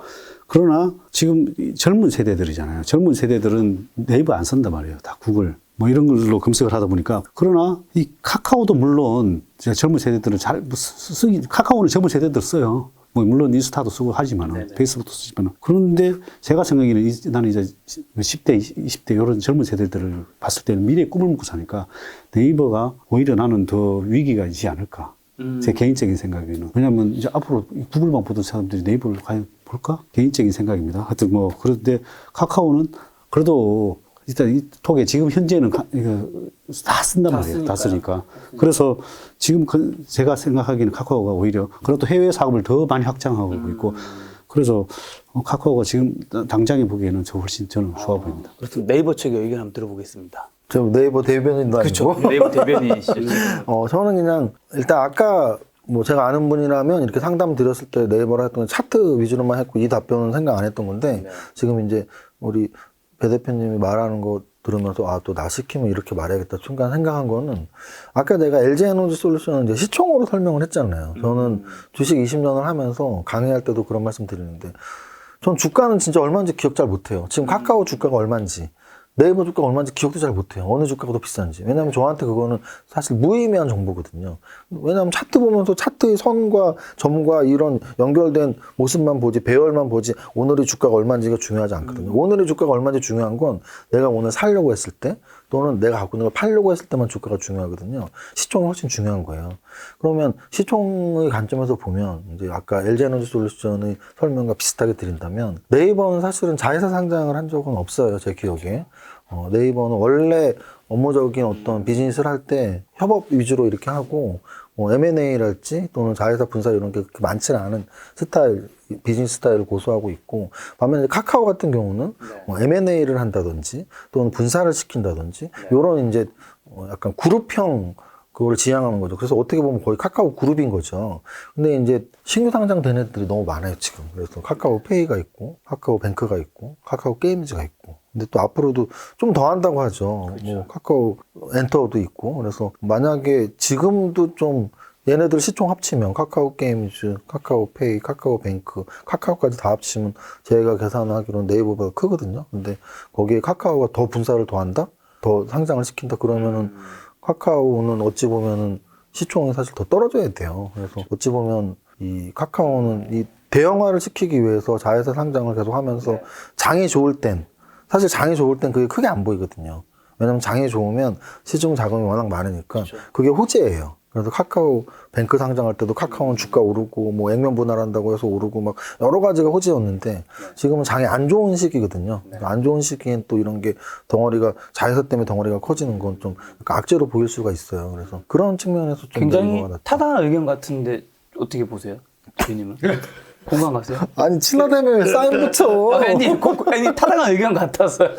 타당하지만 저는 이제 주식은 꿈을 먹고 살아야 되잖아요. 가입자가 빠져나가는 거 아까 넷플릭스가 왜 빠져나갔겠어요? 그렇죠. 왜 빠져나가냐면 그 가입자가 빠져나가서 주가가 빠진 거잖아요. 네이버는 가면 갈수록 저는 보는 사람은 점점 줄어든다고 보는 거죠. 그 꿈은 지금 당장에서는 좋을 수 있으나 싸움 한번 하자. 네이버도 꿈이 있어요. 네이버도 꿈이 있고 네이버의 대변인은 아니지만 네이버도 꿈이 있습니다. 꿈이 있어요. 사실 오늘 방송 재밌네. 네이버의 꿈은 이게 이커머스의 확장이죠. 왜냐하면 네이버에서 그 쇼핑 이것도 되게 라이브 쇼핑을 키우고 있어요. 제페토도 있잖아요, 그리고. 네, 제페토도 있죠. 그래서 이 네이버의 장점은 물론 카카오의 장점은 카톡을 중심으로 하는 지금 카카오 페이, 카카오 뱅크, 카카오 게임 이 모든 것들이 카톡을 중심으로 이루어졌던 비즈니스 사업이었거든요. 근데 저는 이제 네이버의 꿈은 말씀하신 것좀 딱 그 두 가지로 보고 있는데 하나는 이제 제페토죠. 우리나라의 메타버스 플랫폼의 선두주자인 제페토를 보유하고 있는 게 네이버고, 근데 두 번째는 이제 이커머스의 확장인데요. 이 이커머스가 무시할 게 안 되죠. 왜냐면은 쿠팡 보면 알잖아요. 적자 기업인 쿠팡이 100조 이상의 가치를 미국에서 받은 거죠. 근데 이제 우리나라 마켓시어로 보면 사실은 네이버 쇼핑의 마켓시어가 굉장히 큰 부분을 차지해서 쿠팡 미국 상장할 때도 그런 리포트들이 꽤 많았거든요. 네이버의 이커머스까지 멀티플을 적용해서 제대로 쿠팡처럼 하면 시총이 뭐 2배가 더 가야 되는데 뭐 이런 리포트도 있었거든요. 그래서 그 두 가지 측면에서 네이버가 앞서지 않나. 알겠습니다. 여기서 종료하도록 하겠습니다. 더 이상은 나머지 이야기는 저녁 술자리 있다는 걸로. 자, 마지막 섹터는 이제 올해 금리 인상 시기니까 금융 섹터 여쭤보려고 하는데, 이제 전국 시중은행에는 KB금융이라든가 신한지주, 하나금융지주가 있고, 또 지방에는 BNK 금융지주랑 이제 JB금융지주, DGB금융지주가 있는데, 또 시중은행 전국 위쪽을 좋게 생각하시는 분도 있고, 오히려 지방 쪽에 오히려 투자해서 수익률이 높다 보는 분도 있더라고요. 어느 쪽을 좀 더 좋게 보시나요? 만약에 투자를 한다면, 그리고 금융주 투자하는 거를 어떻게 생각하시는지. 아니다. 그래서 저는 원래 또 강한 데가 중소잖아요. 그래서 중소은행도 중소. 그래서 뭐 BNK, JB금융, GGB가 또 싸요. 밸류에이션이 더 싸고. 그래서 뭐 저는 사실 얘들이 다 반토막일 때 추천을 했는데 지금 벌써 100% 이상 올랐어요. 아, 그렇죠. 그럼 지금 시점에서는요? 이게 많이 지금도 뭐 오르겠으나 금리 인상 계속 하니까 한 번 더 기회는 더 있다고 생각을 해요. 한 번 더 이렇게 금리 인상이 뭐 이제 시작이니까. 그래서 한번 할 때마다 계속 반등을 줄 때인데, 그러면은 할 때마다 조금씩 비중을 줄이는 게 좋지 않나 생각합니다. 일단은 뭐 그냥 뷰로만 말씀드리면 말씀하신 것처럼 지금 굉장히 방어적인 내 포트폴리오를 방어할 수 있는 섹터긴 하죠. 왜냐하면 지금 뭐 기술주들 막 빠질 때도 금융주는 잘 버텼었고, 그렇죠. 역시 금리 인상 시기이기 때문에 내 포트폴리오의 뭐 한 10%, 15% 정도 금융주로 채우는 건 포트폴리오의 구성상으로 나쁘지 않습니다. 근데 이제 말씀하신 것처럼 개인적으로 물어본 거예요. 사냐, 뭐를 살 거냐, 지방 금융주를 사냐, 아니면 전국만 금융주를 사냐, 뭘 사냐면 저는 둘 다 안 삽니다. 왜냐면 저는 20년 동안 투자하면서 이렇게 저랑 안 맞는 업종이 있어요. 근데 저는 금융주는 저랑 맞지 않아요. 왜냐면은 일단 저는 원래 처음부터 주식할 때부터 좀 단기 매매 위주로 좀 변동성이 큰 거 위주로 했거든요. 근데 금융주는 변동성이 정말 작아요. 그래서 야, 얘가 이렇게 올랐어 하고 차트가 막 위로 막 급하게 올라오는 것 같아갖고 금융주가 이렇게 올랐어 하면 정말 뭐 한 세 달 동안 30% 50% 올라도 정말 크게 오르는 것처럼 보이는 착시 현상이 나는 이유는 이제 굉장히 금융주가 무겁기 때문이죠. 근데 이제 저는 무거운 업종을 그렇게 좋아하진 않아요. 그래서 대표적으로 무거운 게 금융업종이고, 그래서 상승장에서는 특히 금융주 갖고 있으면 뭐 속 터져 죽습니다. 그나마 지금처럼 하락종 조정장에서는 굉장히 버티는 종목으로는 좋은 건데, 어쨌든 저는 지금 시기에는 포트폴리오 구성상 나쁘진 않다. 근데 저는 개인적으로는 하지 않으시지만 금융주 선호하지 않는다. 전국과 지방 중에서는 만약에 굳이 한다면 난 하지 않지만 그거는 이제 당연히 요즘 최근 차트로는 우리금융지주가 제일 좋더라고요. 차트로는. 왜냐면 저는 다 보긴 봐요. 제가 사느냐 안 사느냐랑 다른 얘기예요. 왜냐면 제가 강연회나 이럴 때 자주 말씀드리는데, 내가 갖고 있는 거 10개만 맨날 보니까 주식을 실패하는 거다. 내가 안 갖고 있는 2,000개를 봐야 되는데, 무엇을 사야 될지, 어디에서 찬스가 있는지. 금융주도 매일 보는 섹터 중에 하나인데, KB금융, 신한지주, 우리금융, 뭐, 요런 정도, 하나금융까지 요런 정도가 이제 뭐 빅4가 되겠죠. 근데 그 중에서 KB가 원래 차트가 제일 좋았는데, 뭐, 최근 한 달 정도까지 다 합쳐버리면, 우리금융이 좀 더 좋아졌더라고요. 그래서 뭐 우리금융이 만약에 뭐 최선호주를 꼽으라, 그럼 저는 그거고. 왜 제가 지방 중소형은행주를 안 꼽냐면, 중소형주는 진짜 살 게 진짜 많아요. 뭐 자동차 중소형주도 있고, 뭐 중소형주도 있고 하니까. 뭐 다른 대체제가 많다. 네, 금융주에서는 그래도 뭐 어차피 방어적인 성격으로 포트폴리오 구성하는 거니까 시총 좀 큰 애가 좀 더 낫겠죠. 아이디 박성목 님이 남겨주신 질문인데요. 한생과 지누스와 같이 대주주가 매각하고 난 후에 주가가 하락하는 이유가 궁금합니다라고 해주셨는데, 요거는 뭐 한 분만 답변해 주시면 될 것 같습니다. 이거 어려운 질문인데, 이건 뭐 다 케이스 바이 케이스니까. 한샘이 매각한 게, 일단 밸류에이션이 제가 좀 높을 때 매각을 한 것 같더라고요. 지누스는 내가 잘 모르겠는데, 지누스는 내가 한샘은 그 P한테 이렇게 매각을 한 것 같은데, 그러면 이제 보통 회사가 첫 번째는 구조조정을 좀 할 거죠. 인수한 사람들이. 구조조정하고 또 새로운 사업도 붙이고 뭐 이런 과정이 있다 보니까 그 과정을 해서 결국은 그 과정 중에서는 이제 실적이 안 나올 수가 있거든. 새로운 사업에 투자를 할 수도 있고. 그렇기 때문에 보통 처음에 인수하고 나서 한 몇 년간은 잘 안 오르다가 걔들이 인수하고 구조조정하고 뭐 이러면서 실적이 잘 나오면서 걔들이 결국은 또 어디다가 보통 매각을 하거든요. 나중에는. 그렇기 때문에 그 구조조정하고 또 실적이 잘 나오는 시점에 걔들이 또 엄청나게 높은 밸류에이션에 또 팔지 않을까. 그 과정이 좀 인고의 시간이 필요하다고 보여집니다. 완전 공감해요. 이 말씀. 왜냐면은 이게 결국은 어디에서 들어갔던 나올 거를 예상하고 들어가는 거거든요. 왜냐면 처음에 대주주는 분명히 오너였을 거라고요. 그쵸. 창업자일 확률이 높죠. 네. 회사 창업한 이후에 뭐 성공해서 파는 거니까 창업자가 갖고 있을 때는 창업자가 언제 팔지 모르고 그냥 평생 갖고 가고 자녀한테 대대손손 물려줄 수 있으니까 네. 당연히 우리는 최대 주주의 매각은 없다라고 가정을 해요, 사실은. 뭐 우리가 알고 있는 대그룹 중에 팔고도 주인 바뀐 데 있나요? 없잖아요. 창업주의 아들이 계속 하고 있지 바뀐 적 없어요. 근데 이제 중소형주에서는 가끔 이렇게 바뀌는 게 나오는 거죠. 그랬을 때 말씀하신 게 저는 정확히 동의하는 게 그러면은 바뀌었을 때는 어쨌든 실망감이 있죠. 창업주가 더 큰 회사로 만들지 않고 팔았다는 얘기는 회사가 별론가? 투자자 입장에서는 그런 생각이 들죠. 회사가 좋은데 왜 팔아? 뭐 이런 거죠. 그래서 대주주가 바뀌면 일단 1차적으로 좀 실망 매물이 나오는 거고요.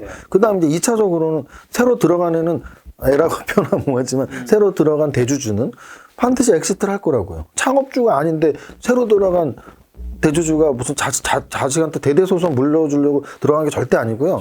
회사를 좋게 만들어서 더 비싼 가격에 팔려고 들어간 거라고요. 그러면 그 들어간 최대 주주가 어떤 사람인지 사실 내가 만약에 그 종목들을 갖고 있다면 면밀히 검토해야죠. 갖고 있다면. 그래서 그들이 회사를 좋게 만들고 매각한 경험이 있을수록 더 좋습니다. 그러면 적어도 나중에 또 최대 주주가 바뀌긴 하겠지만 주가가 올라간 다음에 바뀌겠죠. 주가가 안 올리고 바뀌면 그 사람들은 그 지분을 인수할 이유가 없었던 거니까. 그래서 적어도 대주주가 최초 매각한 당시에는 실망 매물이 나와서 안 좋을 수 있지만 그래도 제대로 된 펀드에서 또는 제대로 된 투자자가 그걸 인수하고 회사를 다시 재창업의 수준으로 구조조정을 하고 만든다면 뭐 주가는 올라갈 확률이 있다고 봅니다. 알겠습니다. 자, 이제 글로벌로 좀 넘어가 봐서 러시아랑 우크라이나 전쟁 좀 어떻게 조금 될 거라고 보세요, 이제? 전쟁 중에 안 끝난 전쟁 있나요? 없죠. 네. 그러면 결국은 전쟁은 난 거는 지금 팩트잖아요. 그럼 결국은 끝난다는 것도 팩트죠. 그럼 여기서 이제 두 가지만 고려하면 돼요. 언제 끝나냐? 그리고 끝나기 전까지 어떤 또 예측의 영역이 아닌 어떤 사건이 벌어지느냐. 예를 들면 뭐 그렇게 이런 일이 벌어지면 안 되는 핵 같은. 그렇죠. 그래서 러시아가 워낙 강대국이니까 그렇죠. 러시아가 강대국이니까 뭐 계속 딴지 걸고 뭐 서방 세계한테 계속 딴지 걸면 뭐 미국이나 유럽이 진짜 뭐 또 더 지금은 경제적 제재만 하지만 만약에 그건 상상도 하고 싶지만 군사적 참전까지 하면 말도 안 되는 거고 근데 어쨌든 러시아가 끝내기 전에는 어떻게 될 확률은 0.1%라도 있는 거죠. 그래서 이 전쟁이 끝나기 전에 어떤 확전의 기미가 있는 종전 전에 확전의 기미가 있을 땐 좀 악재로서 한방 크게 안 좋을 수 있는데 그럴 확률은 굉장히 낮다. 그럼 이제 그 다음은 시기죠. 빨리 끝날수록 무조건 좋습니다. 오늘 끝나는 게 제일 좋고, 1년 있다 끝나면 제일 안 좋은 건데, 현대전이 그렇게 오래 가지 않아요. 그리고 러시아는 강대국이기 때문에 어떤 식으로든 우위에 있는, 이게 비슷한 나라면 서로 안 끝날 수 있는데, 아무리 뭐 미국이나 유럽이 도와줘도, 그래도 러시아가 우크라이나보다 훨씬 강한 위치에 있기 때문에 좋은 조건으로 휴전을 하던, 아예 굴복을 시킬 확률은 뭐 장기전으로 갈수록 더 낮아지겠죠. 빨리 속전속결로 끝냈어야 되는데, 그래서 어찌됐든, 지지부진한 상태라면 아마 러시아도 적당히 하고서 종전을 시키면서 유리하게 자기들이 취할 걸 취하는 그게 원래 강대국의 기본 논리거든요. 그냥 전쟁을 일으킨 건 절대 아니란 말이에요. 그렇죠. 뭔가를 얻기 위한 거니까 뭐 이 정도 했으면 이제 니네 우리한테 줄 거 줘봐 하고 종전할 수 있는 거니까 저는 뭐 그 러시아 우크라이나는 크게 예상 범위를 벗어날 확률은 높진 않고 종전도 지금보다 계속 더 길어질 확률도 그렇게 크진 않다고 봅니다. 뭐 대표님도 다른 의견 있으세요? 다른 의견이보다는 오늘 보니까 요즘 나오는 돈바스가 거의 이제 장악이 얼마 안 남은 것 같더라고요. 그 뭐 제 내피셜이긴 하지만 돈바스를 좀 장악하고 나면 뭔가 이제 협상이 한번 일어나지 않을까. 그러면 뭐 그렇게 되면 좀 빨리 끝날 수도 있지 않을까. 오히려 돈바스가 장악이 된다면 뭐 뒤로 테러를 뭐 열어줘놨다는 얘기도 있고 뭐 그래서 뭐 제 생각에 돈바스 장악하고 나면 야 이제 너희들 협상 좀 하자 이렇게 해서 협상하지 않을까 개인적인 생각입니다. 러시아 우크라이나 전쟁으로 인해서 사실 유가가 되게 많이 상승했잖아요. 그와 관련해서 질문 남겨주셨는데 제이 썰님께서 S51 러우 전쟁으로 고유가가 지속되고 회사 실적도 잘 나올 것으로 예상하고 있습니다. 아직 생각보다 덜 오른 것 같아서 보유하고 있는데 앞으로 좀 어떻게 보시나요? 정유주들 중에서 특히 SO일은 최근 움직임이 좋았어요. 유가 상승 관련주이기도 했고, 가장 최근에 나왔던 분기 실적이 뭐 사상 최대 실적 나왔다고도 하고, 그래서 실적과 뭐 유가 상승 재료가 같이 맞물리면서 움직임도 좋게 나왔어요. 근데 이제 질문하신 거에 딱 거기 들어가 있네요. 내용이. 생각보다 안 올랐는데. 근데 그거에 대한 이제 분석은 또 서로 달라지는 거죠. 그래서 제가 지금 뭐 즉답으로, 왜냐면 저희 최애 관심 종목이 아니기 때문에 뭐 즉답으로 이게 더 오른다, 끝났다라는 말을 편하게 드릴 수 없는데, 그냥 상식선에서 말씀드리면, 큰 욕심은 내지 말자. 왜냐면 이게 아까도 말씀드렸지만 뭐 금융주랄지, 뭐 요런 주가 변동폭이 크지 않은 애들이 있어요. 근데 그 중에 하나가 또 정유주거든요.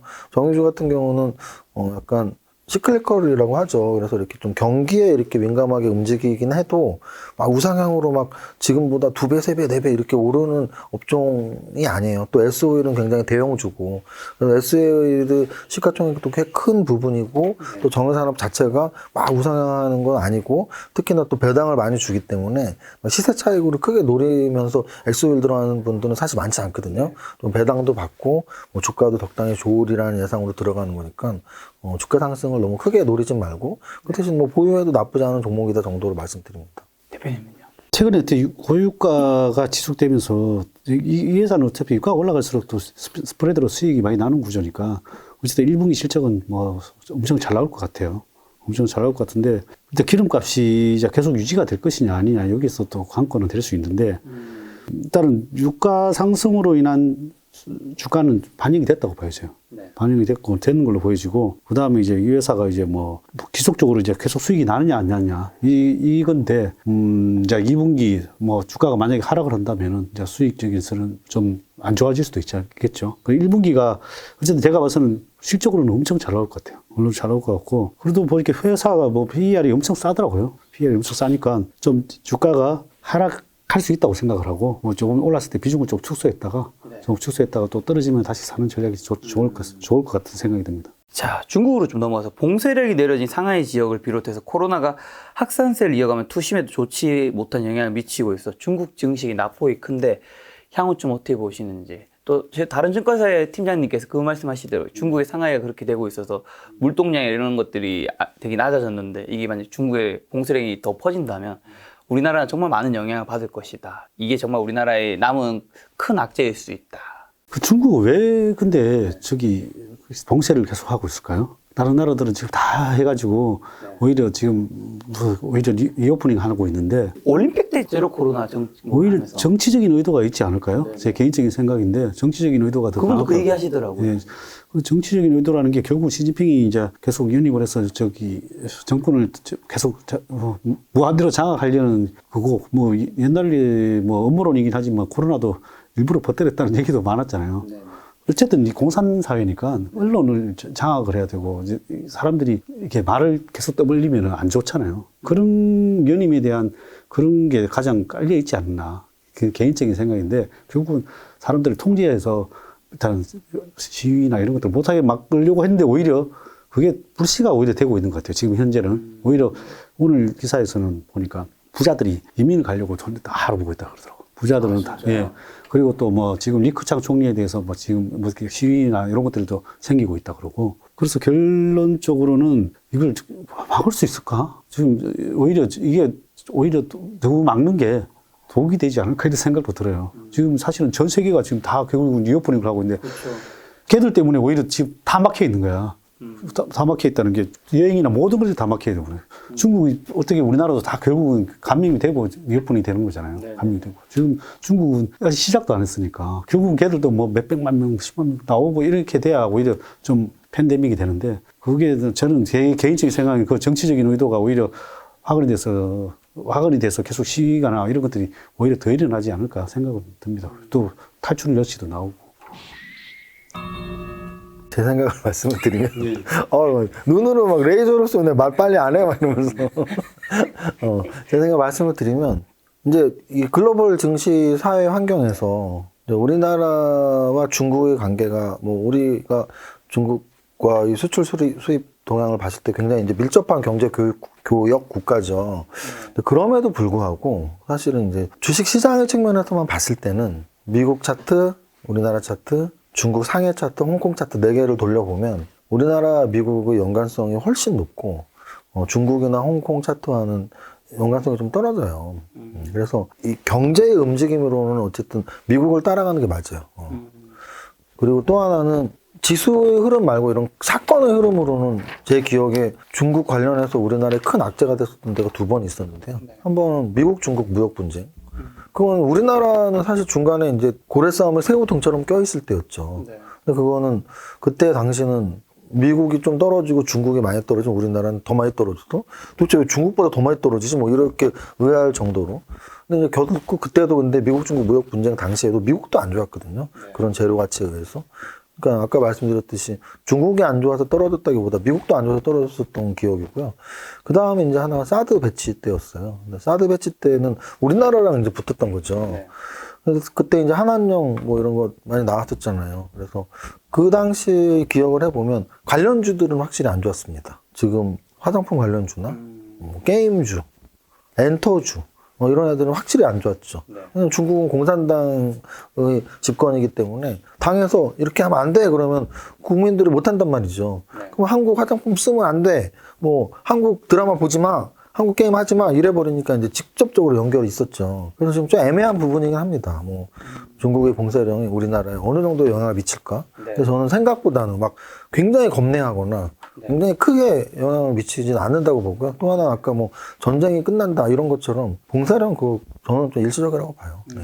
결국은 이제 CCP 정부가 이게 뭐 탈출 조치도 나오고 뭐 돈 많은 사람들이 이민 간다 그러고 이러니까 결국은 무슨 방법으로든 이제 뭐 시기도 나온다 그러고 그러니까 풀어주지 않을까 이런 생각이 듭니다. 그렇지 않으면은 연임에도 문제가 생길 수 있으니까. 계속해서 봉쇄를 할 수는 없을 것이다. 자, 원달러율 1230원 돌파했는데 특히 외국인 투자자들이 순매도세를 보이고 있는 터라 환율 상승 압률이 계속 커지고 있는 전망인데 좀 향후 어떻게 보시나요? 환율이 계속 사실 원달러율이 높아지고 있으면 국내 투자에 좋은 환경은 절대 아니잖아요. 아무래도 이제 뭐 환율의 기본적인 이론상으로 그렇죠. 왜냐면 우리나라 돈 가격이 싸지니까. 우리나라 돈 가격이 싸지면 외국인 투자자는 지금 우리나라 주식 지수도 뭐 그렇게 좋지 않고 그냥 조정장인데 가만히 있으면 본전이라도 해야 되는데 돈 가치가 싸지니까 손해 보니까 뭐 여기 왜 있어 뭐 이럴 수 있죠.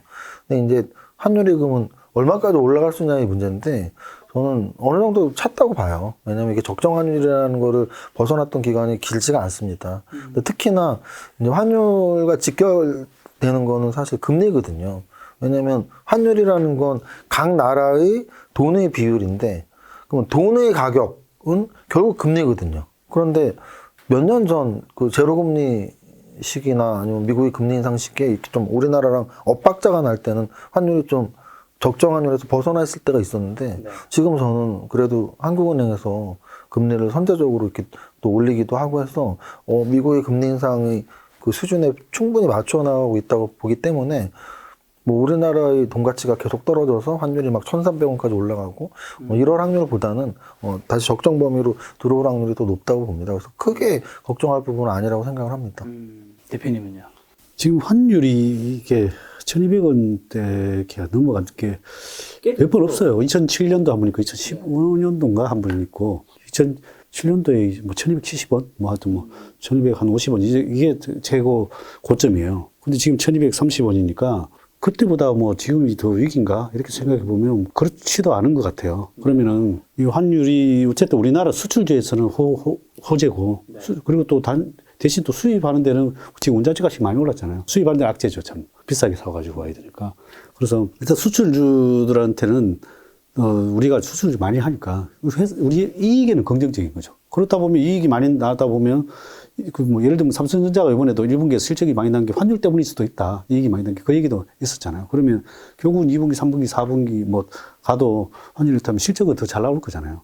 뭐 실적은 잘 나오면은 결국은 달러가 유입되고 물론 외국인들이 팔으면서 환율도 올라가는 그런 경향도 있지만은 또 외화로 벌어들여서 또 환율이 안정화되는 경우도 있고 그래서 제가 봤을 때 1250원에서 1150원까지는 박스권이라고 생각을 하고 저는 결국 또 1150원대로 향해서 내려온다고 저는 생각을 합니다. 이 부분에서는 두 분 다 어느 정도 비슷한 의견으로 볼 수 있겠네요. 환율이 뭐 큰 악재가 됐던 대란이라고 할 정도는 IMF 때 그리고 글로벌 금융위기 때 정도거든요. 정말 뭐 10년에 한 번씩 있던 대란이 나오는 상황이었는데 지금은 그런 뭐 경제 위기 상황이 아니기 때문에 뭐 그렇게 일시적인 범위 밖의 그런 건 금방 안쪽으로 들어올 것이라는 생각입니다. 주식 투자에 좀 기본으로 들어와서 좋은 비즈니스 모델은 뭐고 현재 시점에서 그다음에 밸류에이션이 사실 가장 어려울 텐데 요거는 그냥 짧게 한 가지 정도 노하우만 좀 알려주신다면. 일단은 뭐 좋은 비즈니스 모델이 이거다라는 건 약간 예를 들면 업종마다 좀 달라요. 예를 들면 이런 거죠. 반도체 쪽에서 제가 사업 계열을 보다 보면 뭐 부품 국산화를 했다든지 아니면 시장 점유율 1위라든지 그러면 당연히 좋은 비즈니스 모델이죠. 그렇죠. 왜냐면은 외국산을 부품을 이용하던 걸 국산 부품화를 했다거나 또는 시장 점유율 1위라거나 나만 만들 수 있다거나 경제적 해자를. 뭐 특허를 갖고 있다거나 뭐 이런 건 당연히 좋은 비즈니스 모델이죠. 누구나 할 수 있는 일보다 나만 할 수 있는 일, 그리고 다른 사람들은 쪼개서 조금씩 하는데 나는 많이 할 수 있는 일, 뭐 그런 게 이제 일단은 좋은 비즈니스 모델이겠죠. 그리고 또 오래된 산업은 수익성은 나요. 그러니까 저는 좋은 비즈니스 모델이 성장 산업이라고 생각하는 이유가 세태 산업에서 좋은 비즈니스 모델이라고 생각했는데 그 산업 자체가 죽으면서 예를 들어 우리 방자로 끝나는 회사들이 꽤 있는 거 아시죠? 전방, 경방, 뭐 부방이 부산방지이고 전방이 전남방지이고 경방이 무슨 경인방지인가 그래요. 그러면은 지역별로 방지 회사가 대형 하나씩 있었을 정도로 우리나라는 섬유 사업이 70년대에 발달했었단 말이에요. 그럼 그들도 그 당시에는 굉장히 큰 비즈니스 모델이었겠죠. 근데 40년, 50년이 지난 지금 방직자 붙은 회사를 굉장한 비즈니스 모델이라고 평가하는 사람도 별로 없을 거라고요.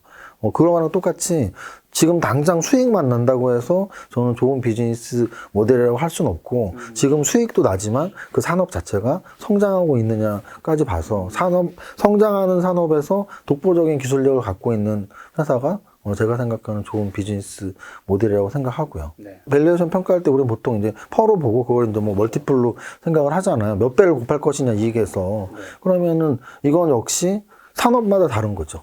제가 방금 전에 반도체 소부장을 예를 들어서 반도체 소부장에서 좋은 비즈니스 모델은 나만 할 수 있는 거, 내가 특허를 갖고 있거나 내가 국산품 부품을 대체를 했거나 또는 마켓시어 그 부품을 마켓시어 1위를 하거나 수출 1위를 하거나 뭐 이런 게 이제 좋은 비즈니스 모델이라고 예를 들은 것처럼 업종별로 멀티플은 당연히 다르게 다 적용을 시키는 게 가장 좋은 밸류에이션 평가라고 보는 거죠. 왜냐면은 접어주들 많은 업종들이 있어요. 뭐 은행 업종들, 은행 업종 퍼 뭐 10도 안 되는데 뭐 56 뭐 이런 또는 철강 업종도 퍼 낮은데 꽤 많고 건설 업종들, 건설 업종 퍼는 막 2, 3, 4도 많아요. 그러면은 모든 업종을 똑같은 멀티플을 생각을 한다면 걔네는 지금 주가가 2배, 3배, 4배가 올라야 되거든요.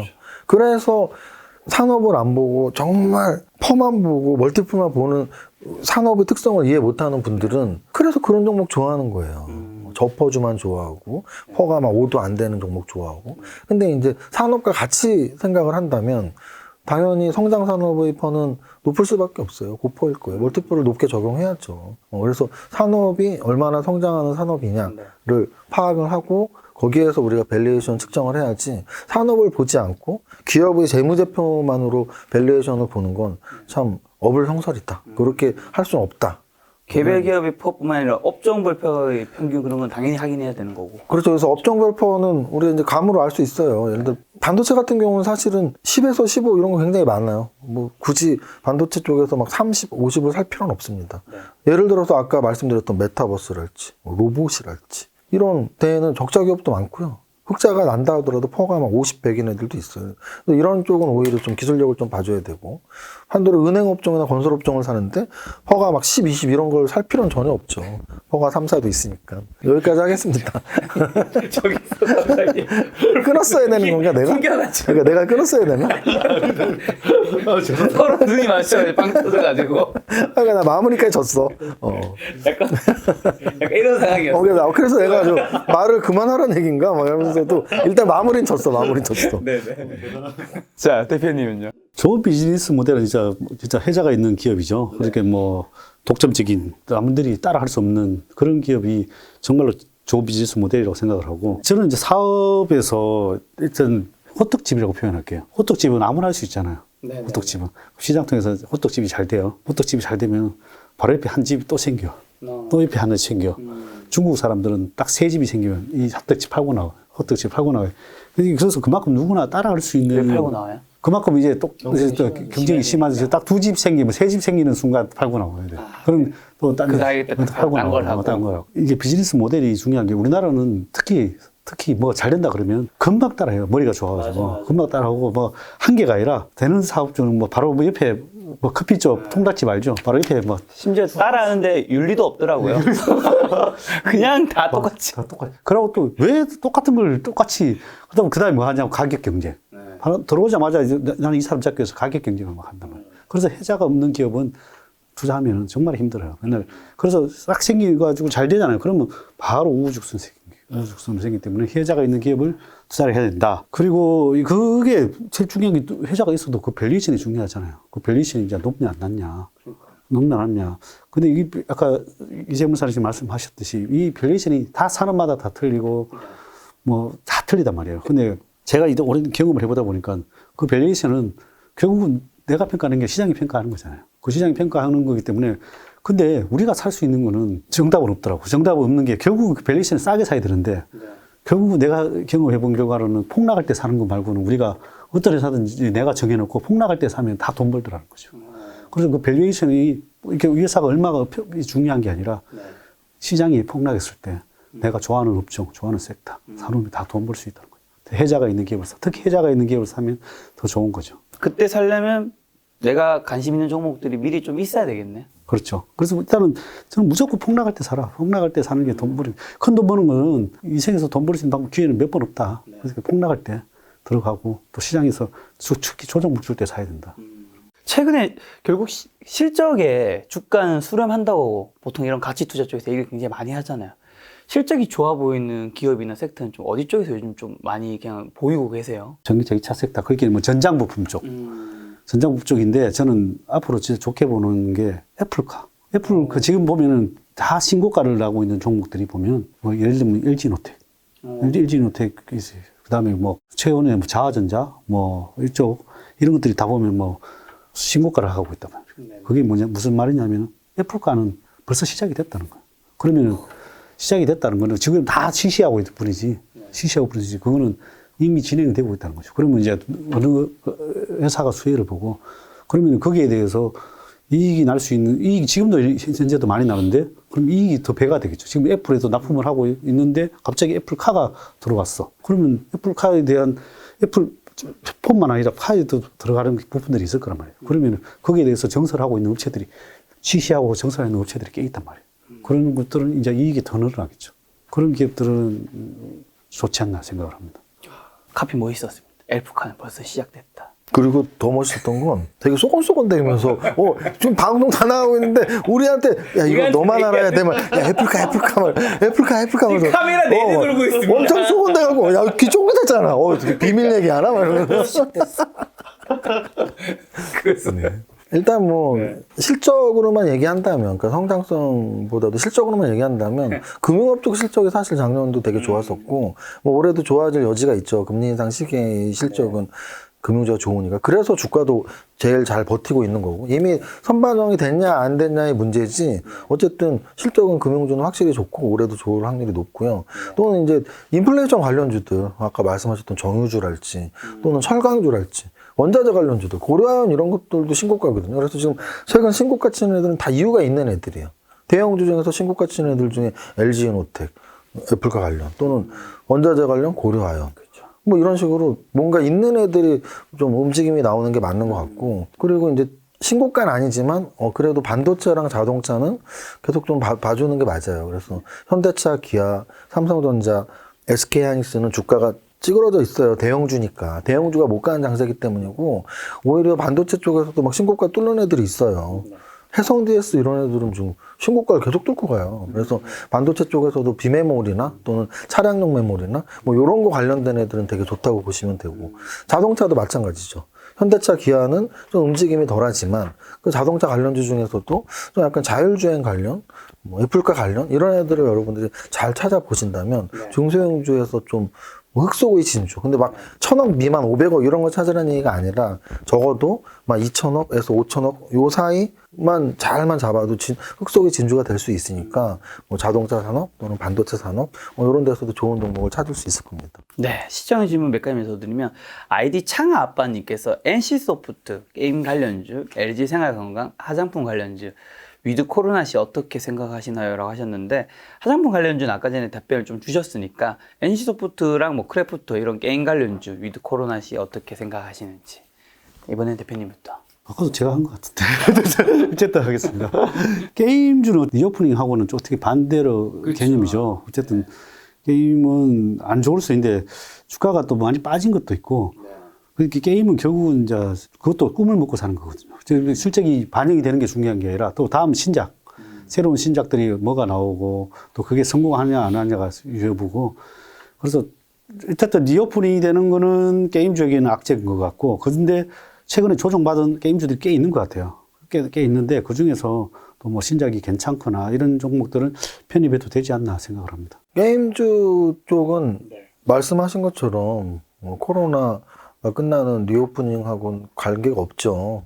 오히려 코로나 시대에 코로나 수혜주로 꼽혔던 게 게임주였으니까. 근데 이제 코로나 수혜주로 게임주가 꼽혔다가 작년에 제가 메타버스가 봄부터 가을까지 좋았다고 말씀드렸는데 작년에 하반기, 여름부터 겨울까지 좋았던 데가 하나 원픽을 꼽으라면 게임주였어요. 게임주에서 위메이드가 뭐 폭발력 있게 올라가고 다른 게임주들도 올라가고 뭐 이러면서 게임주가 전체적으로 좋았는데 그때 좋았던 이유를 정확하게 아시면 돼요. 그래서 그때 좋았던 이유가 NFT하고 P2E 연결이었거든요. 그래서 NFT 대체 불가능 코인 또는 P2E 그걸 이용해서 게임을 하면서 돈 좀 벌어봐. 그거의 사업 모델이 딱 위메이드 위믹스였죠. 그래서 근데 이제 또 말씀하신 것처럼 게임주가 좀 많이 떨어져 보이는 이유는 그때 많이 올랐기 때문이에요.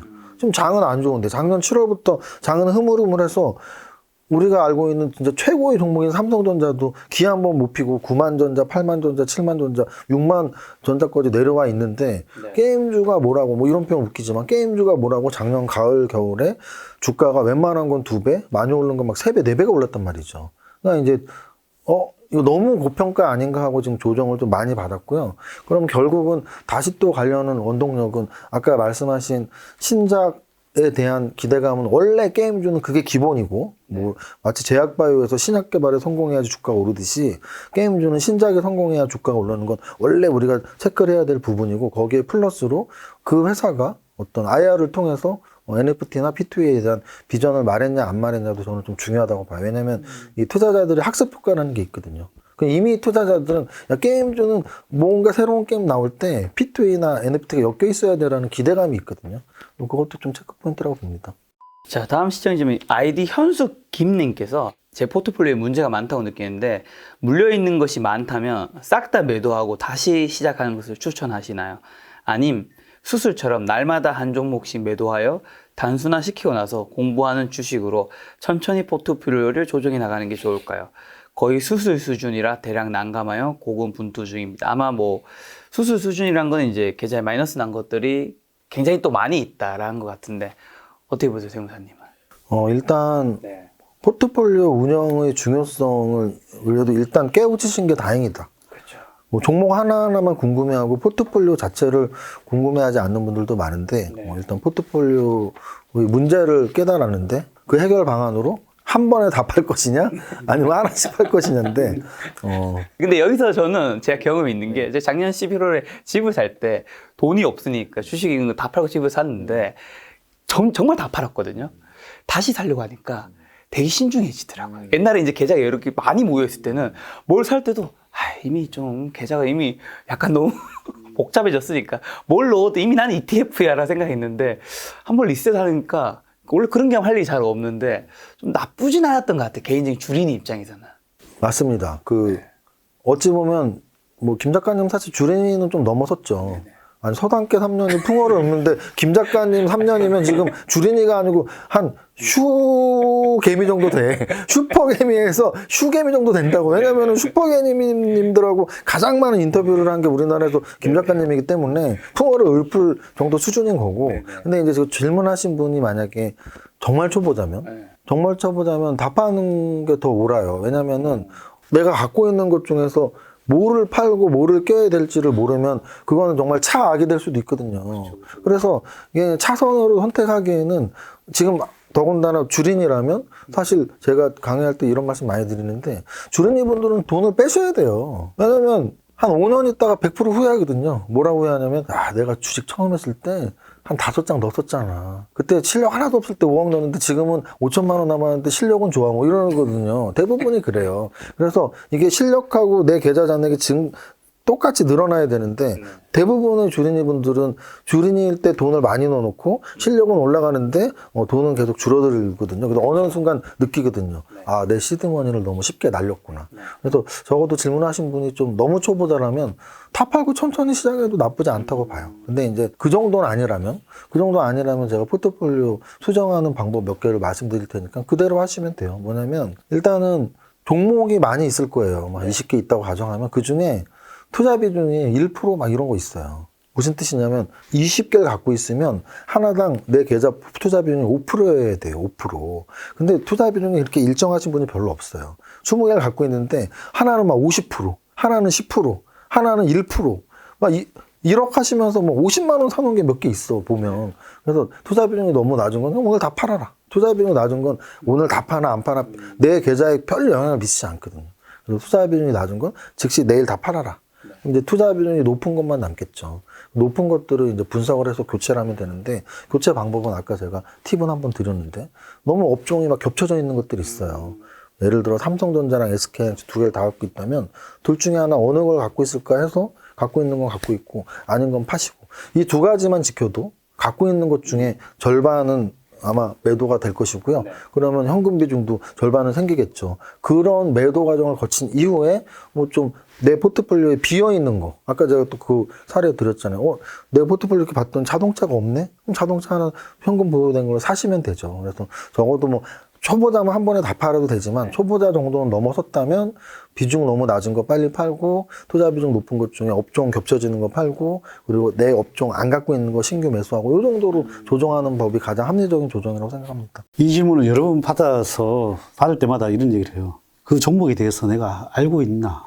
이 종목이 뭐 이렇게 가지고 있는데 정보를 듣고 샀거나 대부분 다가 뭐 누구한테 지인한테 들었거나 아니면 방송에서 보고 샀거나 이런 분들이 많을 거예요. 그렇다면 내가 종목이 예를 들면 10개가 있다. 10개가 있으면 그 종목 중에서 내가 확실히 잘 아는 기업이 있나? 없나? 없으면 다 날려라. 만약에 있다. 그러면 그 중에서도 골라가지고 그 중에서도 내가 제일 잘 알고 제일 좋은 기업을 골라가지고 그러면 그것도 내가 파악을 해야 되겠죠. 공부를 할 수 있으면, 이제 뭐 요즘 워낙 인터넷에도 발달돼 있고, 뭐 이재용 사님 채널을 봤을 때 우리 채널에도 강의를 다 해놓은 게 있으니까 그 강의를 보고 종목을 하나를 그 선정에 맞는 기준을 뽑으셔가지고, 그럼 이제 회사에도 전화도 해보고 이 회사는 진짜로 믿을 만한가. 집 살 때 막 왔다 갔다 하듯이 주식에서도 이제 확신이 드는 내가 확신이 들어야 되니까 그 확신이 드는 기업을 하나를 찾아야 돼요. 찾아서, 그럼 이제 그거에 대해서 하나씩 뭐 팔아가지고 나는 개인적인 생각 한 번에 다 팔아라 하고 싶어. 다 팔아 거기다 넣어라. 거기다 다 넣어라. 아는 기업에다 넣어라. 모르는 기업은 다 팔아라. 자기가 모르는 기업 무조건 다 날려라. 그렇게 얘기하고 싶어. 자, 같은 분이 질문을 하나 더 주셨어요. 신재생 에너지 관련주, SK D&D, 빅데이터 관련주, 삼성 SDS 두 종목 비중이 20%씩인데 아마 그러면 전체 자산 중 40%가 이 두 개 종목이 있다는 거네요. 많이 물려 있습니다. 조금씩 잘라서 매도하는 게 좋을까요? 굉장히 어려운 질문이에요. 왜 어렵냐면 종목이나 이런 게 어려운 게 아니고 많이 물려있다는 단어가 어려운 거예요.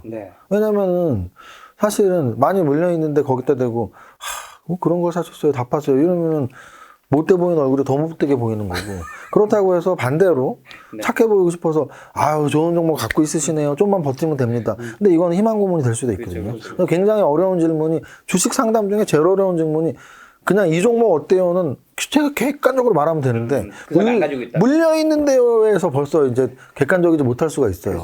그래서 최대한 객관적으로 말씀드릴게요. 일단 저는 탑다운이니까 제 분석 기법대로만 말씀드릴게요. 저는 그 두 가지 업종은 완전히 베스트로 잘 꼽았다고 봐요. 업종은 베스트로 꼽았죠. 신재생, 빅데이터 완전히 베스트로 꼽았어요. 지금 환경 문제가 얼마나 큰 것이며 또 빅데이터 AI가 얼마나 큰 성장 산업입니까? 잘 꼽았어요. 그런데 그 업종 내에 얘네 둘이 그 업종 내의 탑픽이냐라고 봤을 때 탑픽에서 사실 한참 떨어지는 종목이에요. 그러니까 이 종목이 실적이 좋다 나쁘다의 개념이 아니고 그 업종에서의 이미지가 그렇다는 얘기예요. 우리가 신재생을 생각했을 때 SK D&D를 순서로 꼽으라면 한 10등 안에 들까 말까인데 그리고 또 빅데이터 AI를 꼽을 때 삼성 SDS를 꼽으라는 건 10등 안에 들까 말까거든요. 그래서 제 기준에서는 사실 그 두 종목은 그런 목적이었다면 신재생 에너지에서 하나 빅데이터 AI에서 하나를 사신 거라면 저는 종목 교체가 맞다고 봐요. 그 업종이 좋아서 산 거라면. 근데 반면에 만약에 뭐 누구한테 야 이거 진짜 좋은 거야 이거 좀 있으면 따블가 뭐 이래서 산 거라면 중소형주라면 이렇게 표현을 해요. 제가 모르는 재료가 있을 수도 있으니까 그분한테 확인을 다시 하시거나 아는 재료를 더 공부하세요 이렇게 말하는데 사실 삼성 SDS랑 SK D&D는 그 정도 조그만 종목이 아니거든요. 신재생 에너지에서 관련주에서 SK D&D는 진짜 잘 언급 안 됐던 것 같아요. 안 되죠. 잘 안 돼요. 그리고 이분은 굉장히 고수거나 고수면 이런 질문을 할 리가 없죠. 그렇다면 이제 어디선가 잘못 들은 거죠. 들었을 제가 확률이 보기에는. 높은 잘못 거잖아요. 듣고 잘못 픽을 했을 확률이 높아서 제가 이런 말씀 드리는 거예요. 업종이 좋았다면 그 업종 내에 종목 교체를 하고 어떤 재료를 들은 거라면 이게 재료 뭐 작은 거 하나로 막 이렇게 세력들이 올릴 만한 종목은 특히 아니니까 그럼 한번 다시 검토를 해보세요. 왜 샀는지 매수 이유가 제일 중요하죠. 아까 우리 배 대표님이 말한 거 저도 인용을 하자면 이 두 종목을 분명히 산 이유가 있을 거거든요. 그럼 우리는 모르잖아요. 산 이유가 아직도 유효하다. 나 너무나 매력적이라고 샀는데 그게 유효하다면 갖고 가는 게 맞고 근데 그 산 이유도 정확하지 않고 그때는 좀 매력적인데 지금 하나도 매력적이 않다면 뭐 물렸다고 못 파는 거는 뭐 아니라고 보고 뭐 이렇게 좀 종목 교체를 좀 고민해도 나쁘지 않아 보입니다. 설명을 잘 해주셔가지고 굳이 뭐 제가 필요가 알겠습니다. 같은 의견이시니까 제가 다음 질문 드릴게요. 딴 거. 아니 이 어려운 물린 분에 대한 이 어려운 질문을 혼자 피한 거 아니야? 아니 저는 아까 말씀드렸다시피 모르면 날려라. 모르면 날려라. 알겠어요. 제가 다른 질문 단독으로 드릴게요.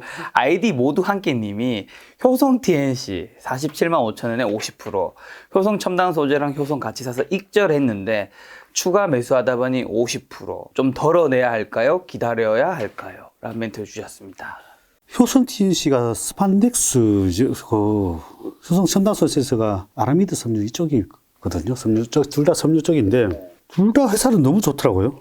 둘 다 회사는 너무 좋아서 누구는 뭐 내가 봐서는 회사가 너무 좋으니까 그냥 가져가시고 될 것 같아요. 회사가 뭐 워낙 뭐 실적 좋고 뭐 PER도 눈창 낮고 이러니까 소재 자체가 우리가 뭐 운동할 때 스판덱스 같은 거는 계속 뭐 운동복으로 계속 많이 쓰잖아요. 쓰고 있고 아라미드 섬유는 뭐 전방위적으로 다 쓰는 소재다 보니까 그쪽은 뭐 제가 봐서는 뭐 충분히 그냥 계속 기다려도 되지 않을까 생각이 듭니다. 알겠습니다. 세무사님은 이제 피해 가도록 하겠습니다. 이번 거는. 자, 소비의 중심이 요즘 MZ세대. 사실 이 단어가 나온 지는 작년부터 계속 많이 나왔잖아요. MZ세대를 우리가 대상으로 했을 때 뭔가 우리가 투자 포인트 발견할 수 있는 게 좀 뭐가 있을까요? 뭐 아무래도 젊은 층들이 좋아하는 게 뭐냐는 걸 우리가 좀 적용시키면 되는 거겠죠. 그리고 MZ세대를 투자 포인트 고려했을 때 투자 수익률 도움이 될까요? 당연하죠. 왜냐하면 우리 영원한 스테디셀러인 피터 린치 형님의 전설로 떠나는 투자의 영웅 있잖아요. 그러면 거기에서 가장 우리가 쉽게 배울 수 있는 초보자들이 가장 쉽게 적용할 수 있는 기법을 생활 속의 종목 발굴이라고 하거든요. 거기에 뭐 레깅스 얘기도 나오고 애플 컴퓨터 얘기도 나오고 던킨도너츠 얘기도 나왔던 것 그렇죠. 같아요. 우리가 알고 있는 뭐 우리가 모르는 미국 기업이 사실 더 많이 나와서 그 부분은 조금 힘들지만 아는 기업 이름 나올 때 재밌단 말이에요. 책이 너무 잘 썼더라고요. 재밌게 잘 정말로. 썼죠. 저도 다 봤는데. 아유. 그래서 그런 관점으로 봤을 때 너무나 당연히 MZ세대들이 무엇을 좋아하고 어디에서 소비하느냐는 주식 투자자로서 굉장히 중요한 부분이죠. 예를 들면 이런 거예요.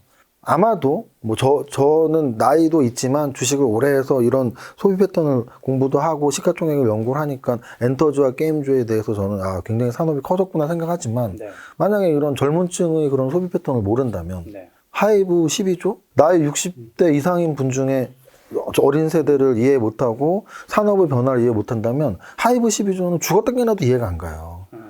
클래프톤, NC소프트 10조 이상? 죽었다 깨나도 이해가 안 가요. 게임 산업, 엔터 산업에서 10조 이상짜리 종목이 나왔다라는 건 절대 이해할 수 없는 일이에요. 하지만 젊은이들은 내가 좋아하는 오빠를 위해서 돈을 쓰고 내가 좋아하는 게임을 위해서 돈을 쓰는구나라는 걸 이해하는 순간 우리는 게임 산업하고 엔터 산업이 커지는구나라는 걸 알 수 있어요. 또는 이런 거예요. 애플이 지금 우리나라 시총으로 해서 3,300조 정도 돼요. 삼성전자는 400조라고요. 그럼 8배 차이예요. 만약에 스마트폰 중에 아이폰의 위력을 모른다면, 야, 애플은 아이폰 몇 개 안 만들잖아. 우리 삼성전자는 갤럭시 폰도 만들고 반도체를 만들어, 반도체. 그러면 당연히 시총이 더 커야 되는데. 근데 젊은 친구들 10대, 20대 보면 10명 중에 9명이 아이폰 써요. 그럼 이것조차도 MZ세대의 소비 패턴을 알면 왜 아이폰을 만드는 애플이 삼성전자보다 시가총액이 8배인지를 이해할 수 있거든요. 그래서 저는 젊은이들의 소비 패턴을 아는 건 주식 투자자로서 너무 당연하다고 생각을 합니다. 네. 네. MZ세대 고려했을 때 투자 포인트 어디 있을까요, 혹시? 금 대표님? 뭐 저도 비슷한 의견인데요. MZ 세대들이 아까 네이버, 카카오도 비유했다시피 MZ 세대들이 결국은 소비 패턴이 앞으로 이제 미래의 먹거리잖아요. 미래에 이제 계속 쓰는 소비 세대가 될 건데 그 사람들이 지금 손에 익숙한 게 아까 나는 구글, 그 다음에 애플. 이게 뭐 완전 손에 익혀져 있단 말이에요. 그러면 그 사람들이 나는 이제 왜 자꾸 애플카를 얘기하냐 하면 결국은 애플 폰을 쓰는 사람들이, 세대들이 뭘 사게 되나 차 산다고 하면 무조건 애플카 산다고 생각을 해요. 내 개인적인 생각은. 그러면 걔들은 딴 게 아니에요. 그냥 감성과 디자인과 이런 거예요. 뭐 그렇기 때문에 그 감성을 자극할 수 있는 건 결국 그 사람들은 딴 게 아니라 뭐 아무리 더 좋은 거 갖다 줘도 안 써요. 그래서 나는 그래서 그 MZ 세대들이 다음에 쓸 수 있는 그런 것들에 투자를 해야 된다고 생각해요. 다음에 얘들이 지금도 하고 있고 다음에도 계속 쓸 수밖에 없는 산업에 투자를 해야 된다고 생각해요. 아까부터 이제 애플카랑 지금 애플 얘기도 많이 나와서 그런데 애플이 지금 시총 1위잖아요. 세계 1위죠. 네. 향후 몇 년 동안은 이 위치 변경될 수 있을까요? 아니면 시총은 계속 더 커질까요, 그냥? 결국은 오늘 자율주행 얘기가 많이 나왔지만 네. 저는 뭐 제가 쓴 책에도 써놨지만 자율주행을 거의 원탑으로 저는 뽑고 있고요. 네.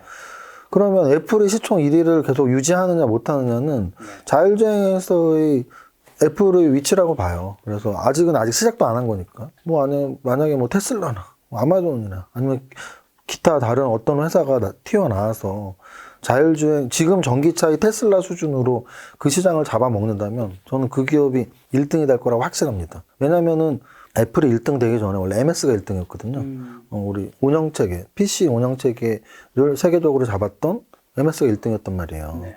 근데 지금 스마트폰을 잡은 애플이 1등이에요. 네. 전기차를 잡은 테슬라가 저 밑에서 100위 밑에서 4위까지 올라와 있어요. 시총만 하는 거예요. 그러면은 어떤 대체 불가능한 신제품, 윈도우라는 또는 테슬라 전기차라는 또는 애플이라는 스마트폰이라는, 여기서 대체 불가능이라는 얘기는 뭐냐면 사실 스마트폰에서 애플이 대체제가 있죠. 갤럭시 폰이죠. 전기차에서 테슬라의 대체제가 있어요. 현대기아도 전기차를 만들어요. 하지만 적어도 아까 배 대표님이 말씀하신 그 제품 하면 떠오르는, 그래서 모두가 열광하는 매니아가 있는 그런 제품을 말하는 건데, 자율주행에서 이제 분명히 그런 차가 나올 거예요. 그 차를 만드는 회사가 1위가 될 겁니다. 만약에 애플카가 그 차를 만든다면 애플이 계속 1위를 유지할 것이고, 애플이 아닌 다른 회사에서 만든다면 그 회사가 세계 1위가 되겠죠. 저는 뭐 지금 한 번씩 대답하는 거잖아요. 지금 2시간 동안 그러고 있어. 그렇죠. 질문이 뭐였죠?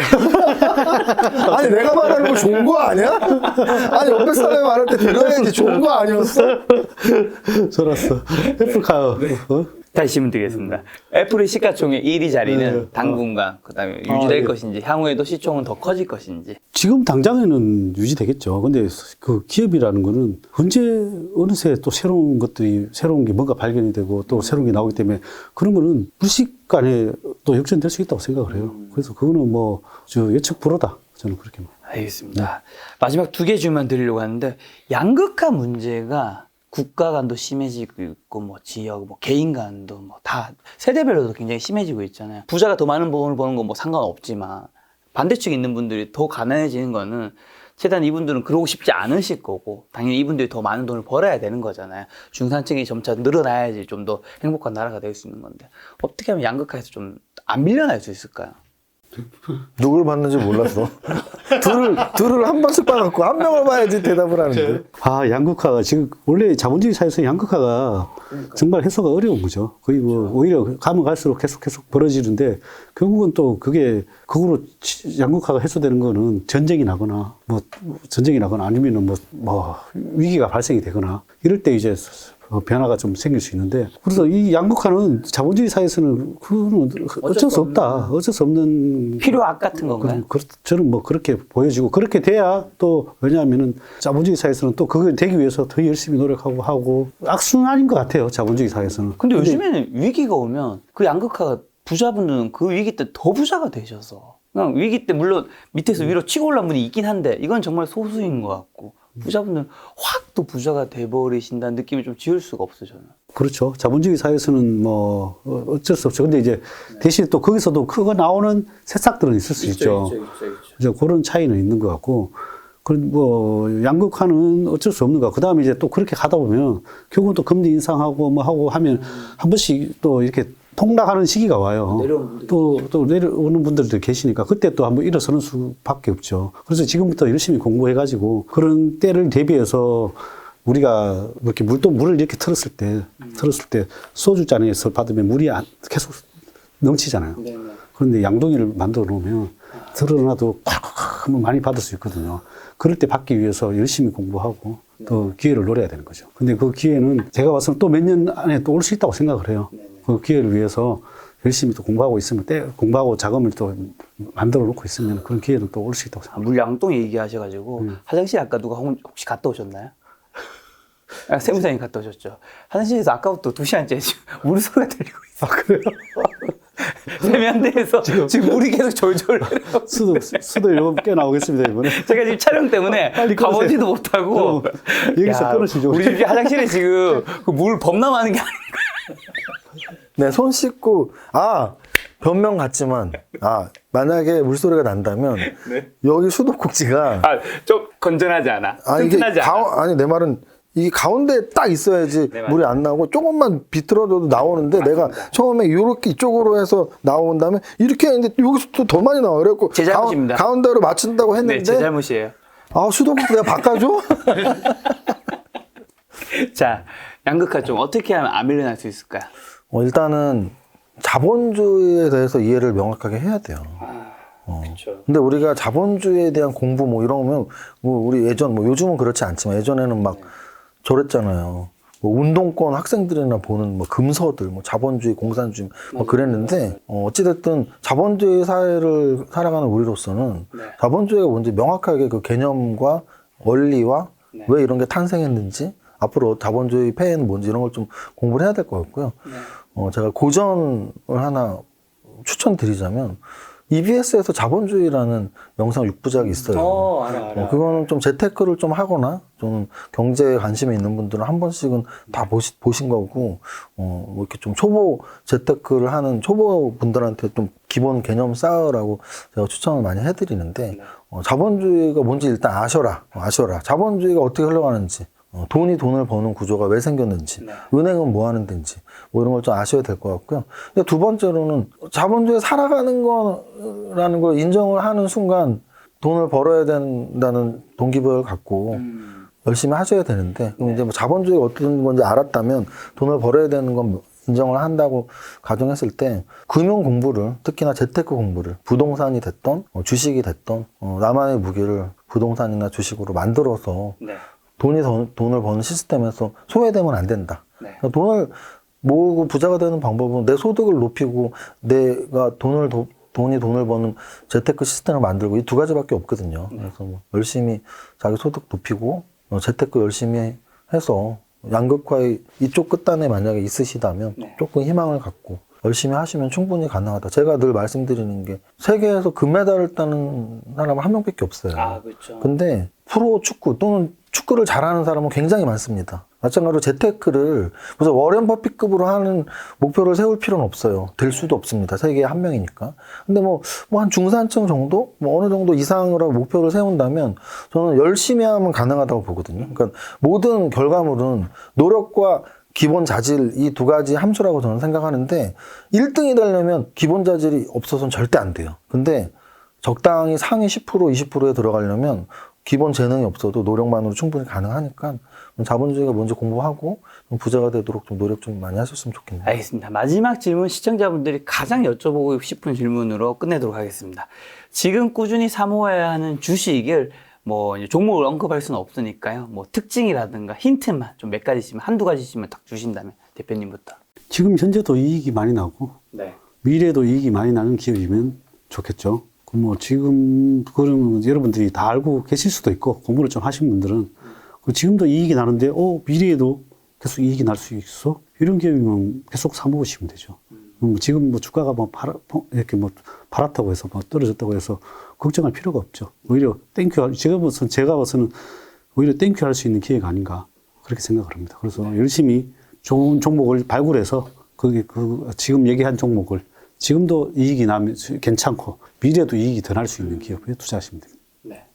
저도 뭐 종목 선정 기준으로는 재무제표도 좋고, 뭐 차트도 정배율로 좋고, 재료도 있는 종목을 찾으면 되고요. 이제 뭐 산업으로 본다면 산업에서는 어쨌든 올해는 저는 이제 뭐 상반기 거의 끝나가는데, 아니면 빠르면 상반기, 늦어도 하반기 안에는 자율주행 바람에 한 번은 불 거라고 생각을 해서 뭐 자동차 쪽 또는 뭐 전장 부품 쪽 이쪽은 계속 체크를 해야 되지 않나 생각을 합니다. 그리고 만약에 단기적으로는 리오프닝도 얘기 나왔지만 또 사실 지금 코로나 또는 대통령 당선인의 정책에 좀 가려져 있는 부분이 하나 있는데 6월 1일 지방선거가 있거든요. 그래서 한 달 보름 정도 남았으니까 지방선거에서 어떤 지역 개발 정책들이 나오면서 어떤 식으로 또 수혜주들이 뭐 중소형 건설사나 이쪽으로 바람이 부는지 그런 건 또 단기적으로는 체크를 해볼 부분도 있습니다. 네.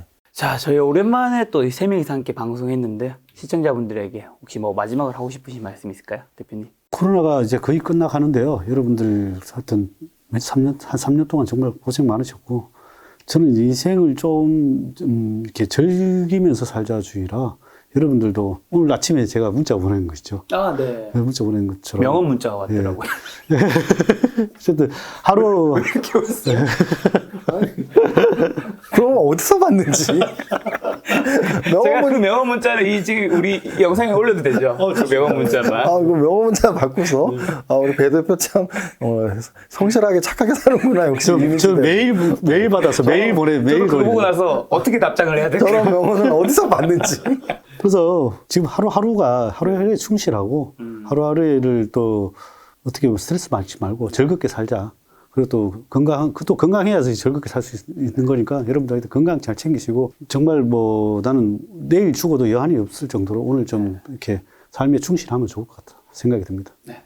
사실 거의 한 열흘 전 뭐 이 정도에 한번 나왔어서 오늘 좀 스타일 완전히 다르게 왔습니다. 다른 사람처럼. 그 사람이 이 사람인지 모르시는 분들 있으시죠? 좀 다른 사람으로 와서 그래도 오랜만에 우리 배진환 슈퍼개미님 만나서 뭐 사석에서는 말로 그 동갑 친구인데 그래도 또 재밌게 방송했고요. 그리고 뭐 여러분들 이렇게 다 목표가 있잖아요. 지금 4월 말이면 3분의 1, 올해 2022년의 3분의 1이 지납니다. 그래서 그런 말 예전에 한번 글귀 읽었었는데, 뭐 연초 계획 작심삼일로 끝나면 3일에 한 번씩 목표 세우면 되잖아. 저는 그 말이 정말 맞다고 보거든요. 아니 1년 계획을 1월 1일 날 세워놓고 안 지켜진다고 아무 피드백 없이 세월을 살아나가면 내 인생의 목표를 위해서 열심히 일하는 날은 3일밖에 없는 거예요. 1년에 한 번 목표를 세웠을 때는. 근데 3일에 한 번 세우면 계속 열심히 살 수 있잖아요. 내 목표를 향해서 사는 건 재미없게 열심히 사는 게 아니고 굉장히 재밌거든요. 그래서 여러분들이 연초 목표를 생각해서 뭐 지금 이제 좀 있으면 3분의 1이 지나가는 시점인데 좀 피드백 다시 해보고 다시 목표 재설정 해보고요. 개인적으로 저희 지금 현재 가장 큰 목표는 제 유튜브 채널 20만 구독자 달성인데 지금 19.3만 명. 19만 3,500명입니다. 이제 6,500분만 우리 김작가 TV에서 6,500분만 놀러 오시면 채널 명은 까먹으셨나요?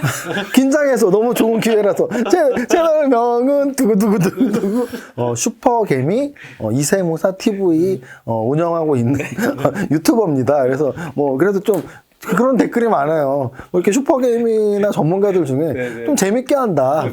저는 좀 약간 재미도 추구하니까 이렇게 좀 딱딱한 방송 싫어하시는 백조 나오는 순간 백조 인형 나와서 이제 깜짝 놀랐습니다. 딱딱한 방송 싫어하시는 분들은 또 이렇게 한번 놀러 오시면 좋겠습니다.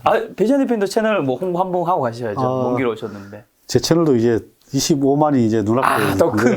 더 큰요. 아니 내가 우리 배 대표한테 부러운 게 두 가지가 있다니까. 하나는 나보다 어리고 착해 보이는 거. 두 번째는 나보다 구독자가 5만이나 많다는 거.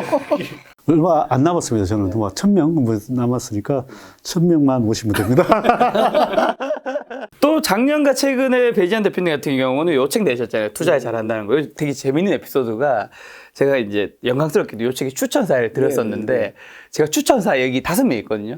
제가 다 맞췄어요. 아, 배지한 대표 추천사 누가 드렸을 것 같은데 다 맞췄어. 심지어는 저도 있죠. 그걸 맞히셨다는 거죠? 예측을 잘 하시네요. 세상이 참 좁더라고요.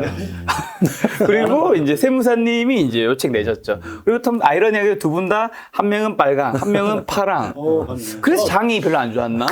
아니 어떻게 주식책을 파란색 책을 내셨죠? 배지한 대표님? 당장 전화해서 다음 미세 빨리 사과하세요. 파란색으로 책. 청구의 시간입니다. 그래서 1월 달부터 세무사님이 빨간색 아닌데 다 이유가 있어요. 1월 달부터 이게 하라 그랬구나. 제 책 나오고부터. 이 책 출간 언제 하시겠어요? 1월 달이에요. 1월 달. 1월 30일이네. 네, 그러니까요. 최저점 아니었나요? 아, 이거 참. 네, 많은 분들 이제 배지한 대표님 요책, 그다음에 세무사님 요책 보신다면 또 투자에 도움 되지 않을까 싶습니다. 오늘 만나는 손님은 슈퍼게임 이점용 세무사 배지한 대표님이었습니다. 지금까지 여러분 소중한 시간 함께 해주셔서 정말 감사합니다. 오늘도 김 작가였습니다. 고생 많으셨습니다. 감사합니다.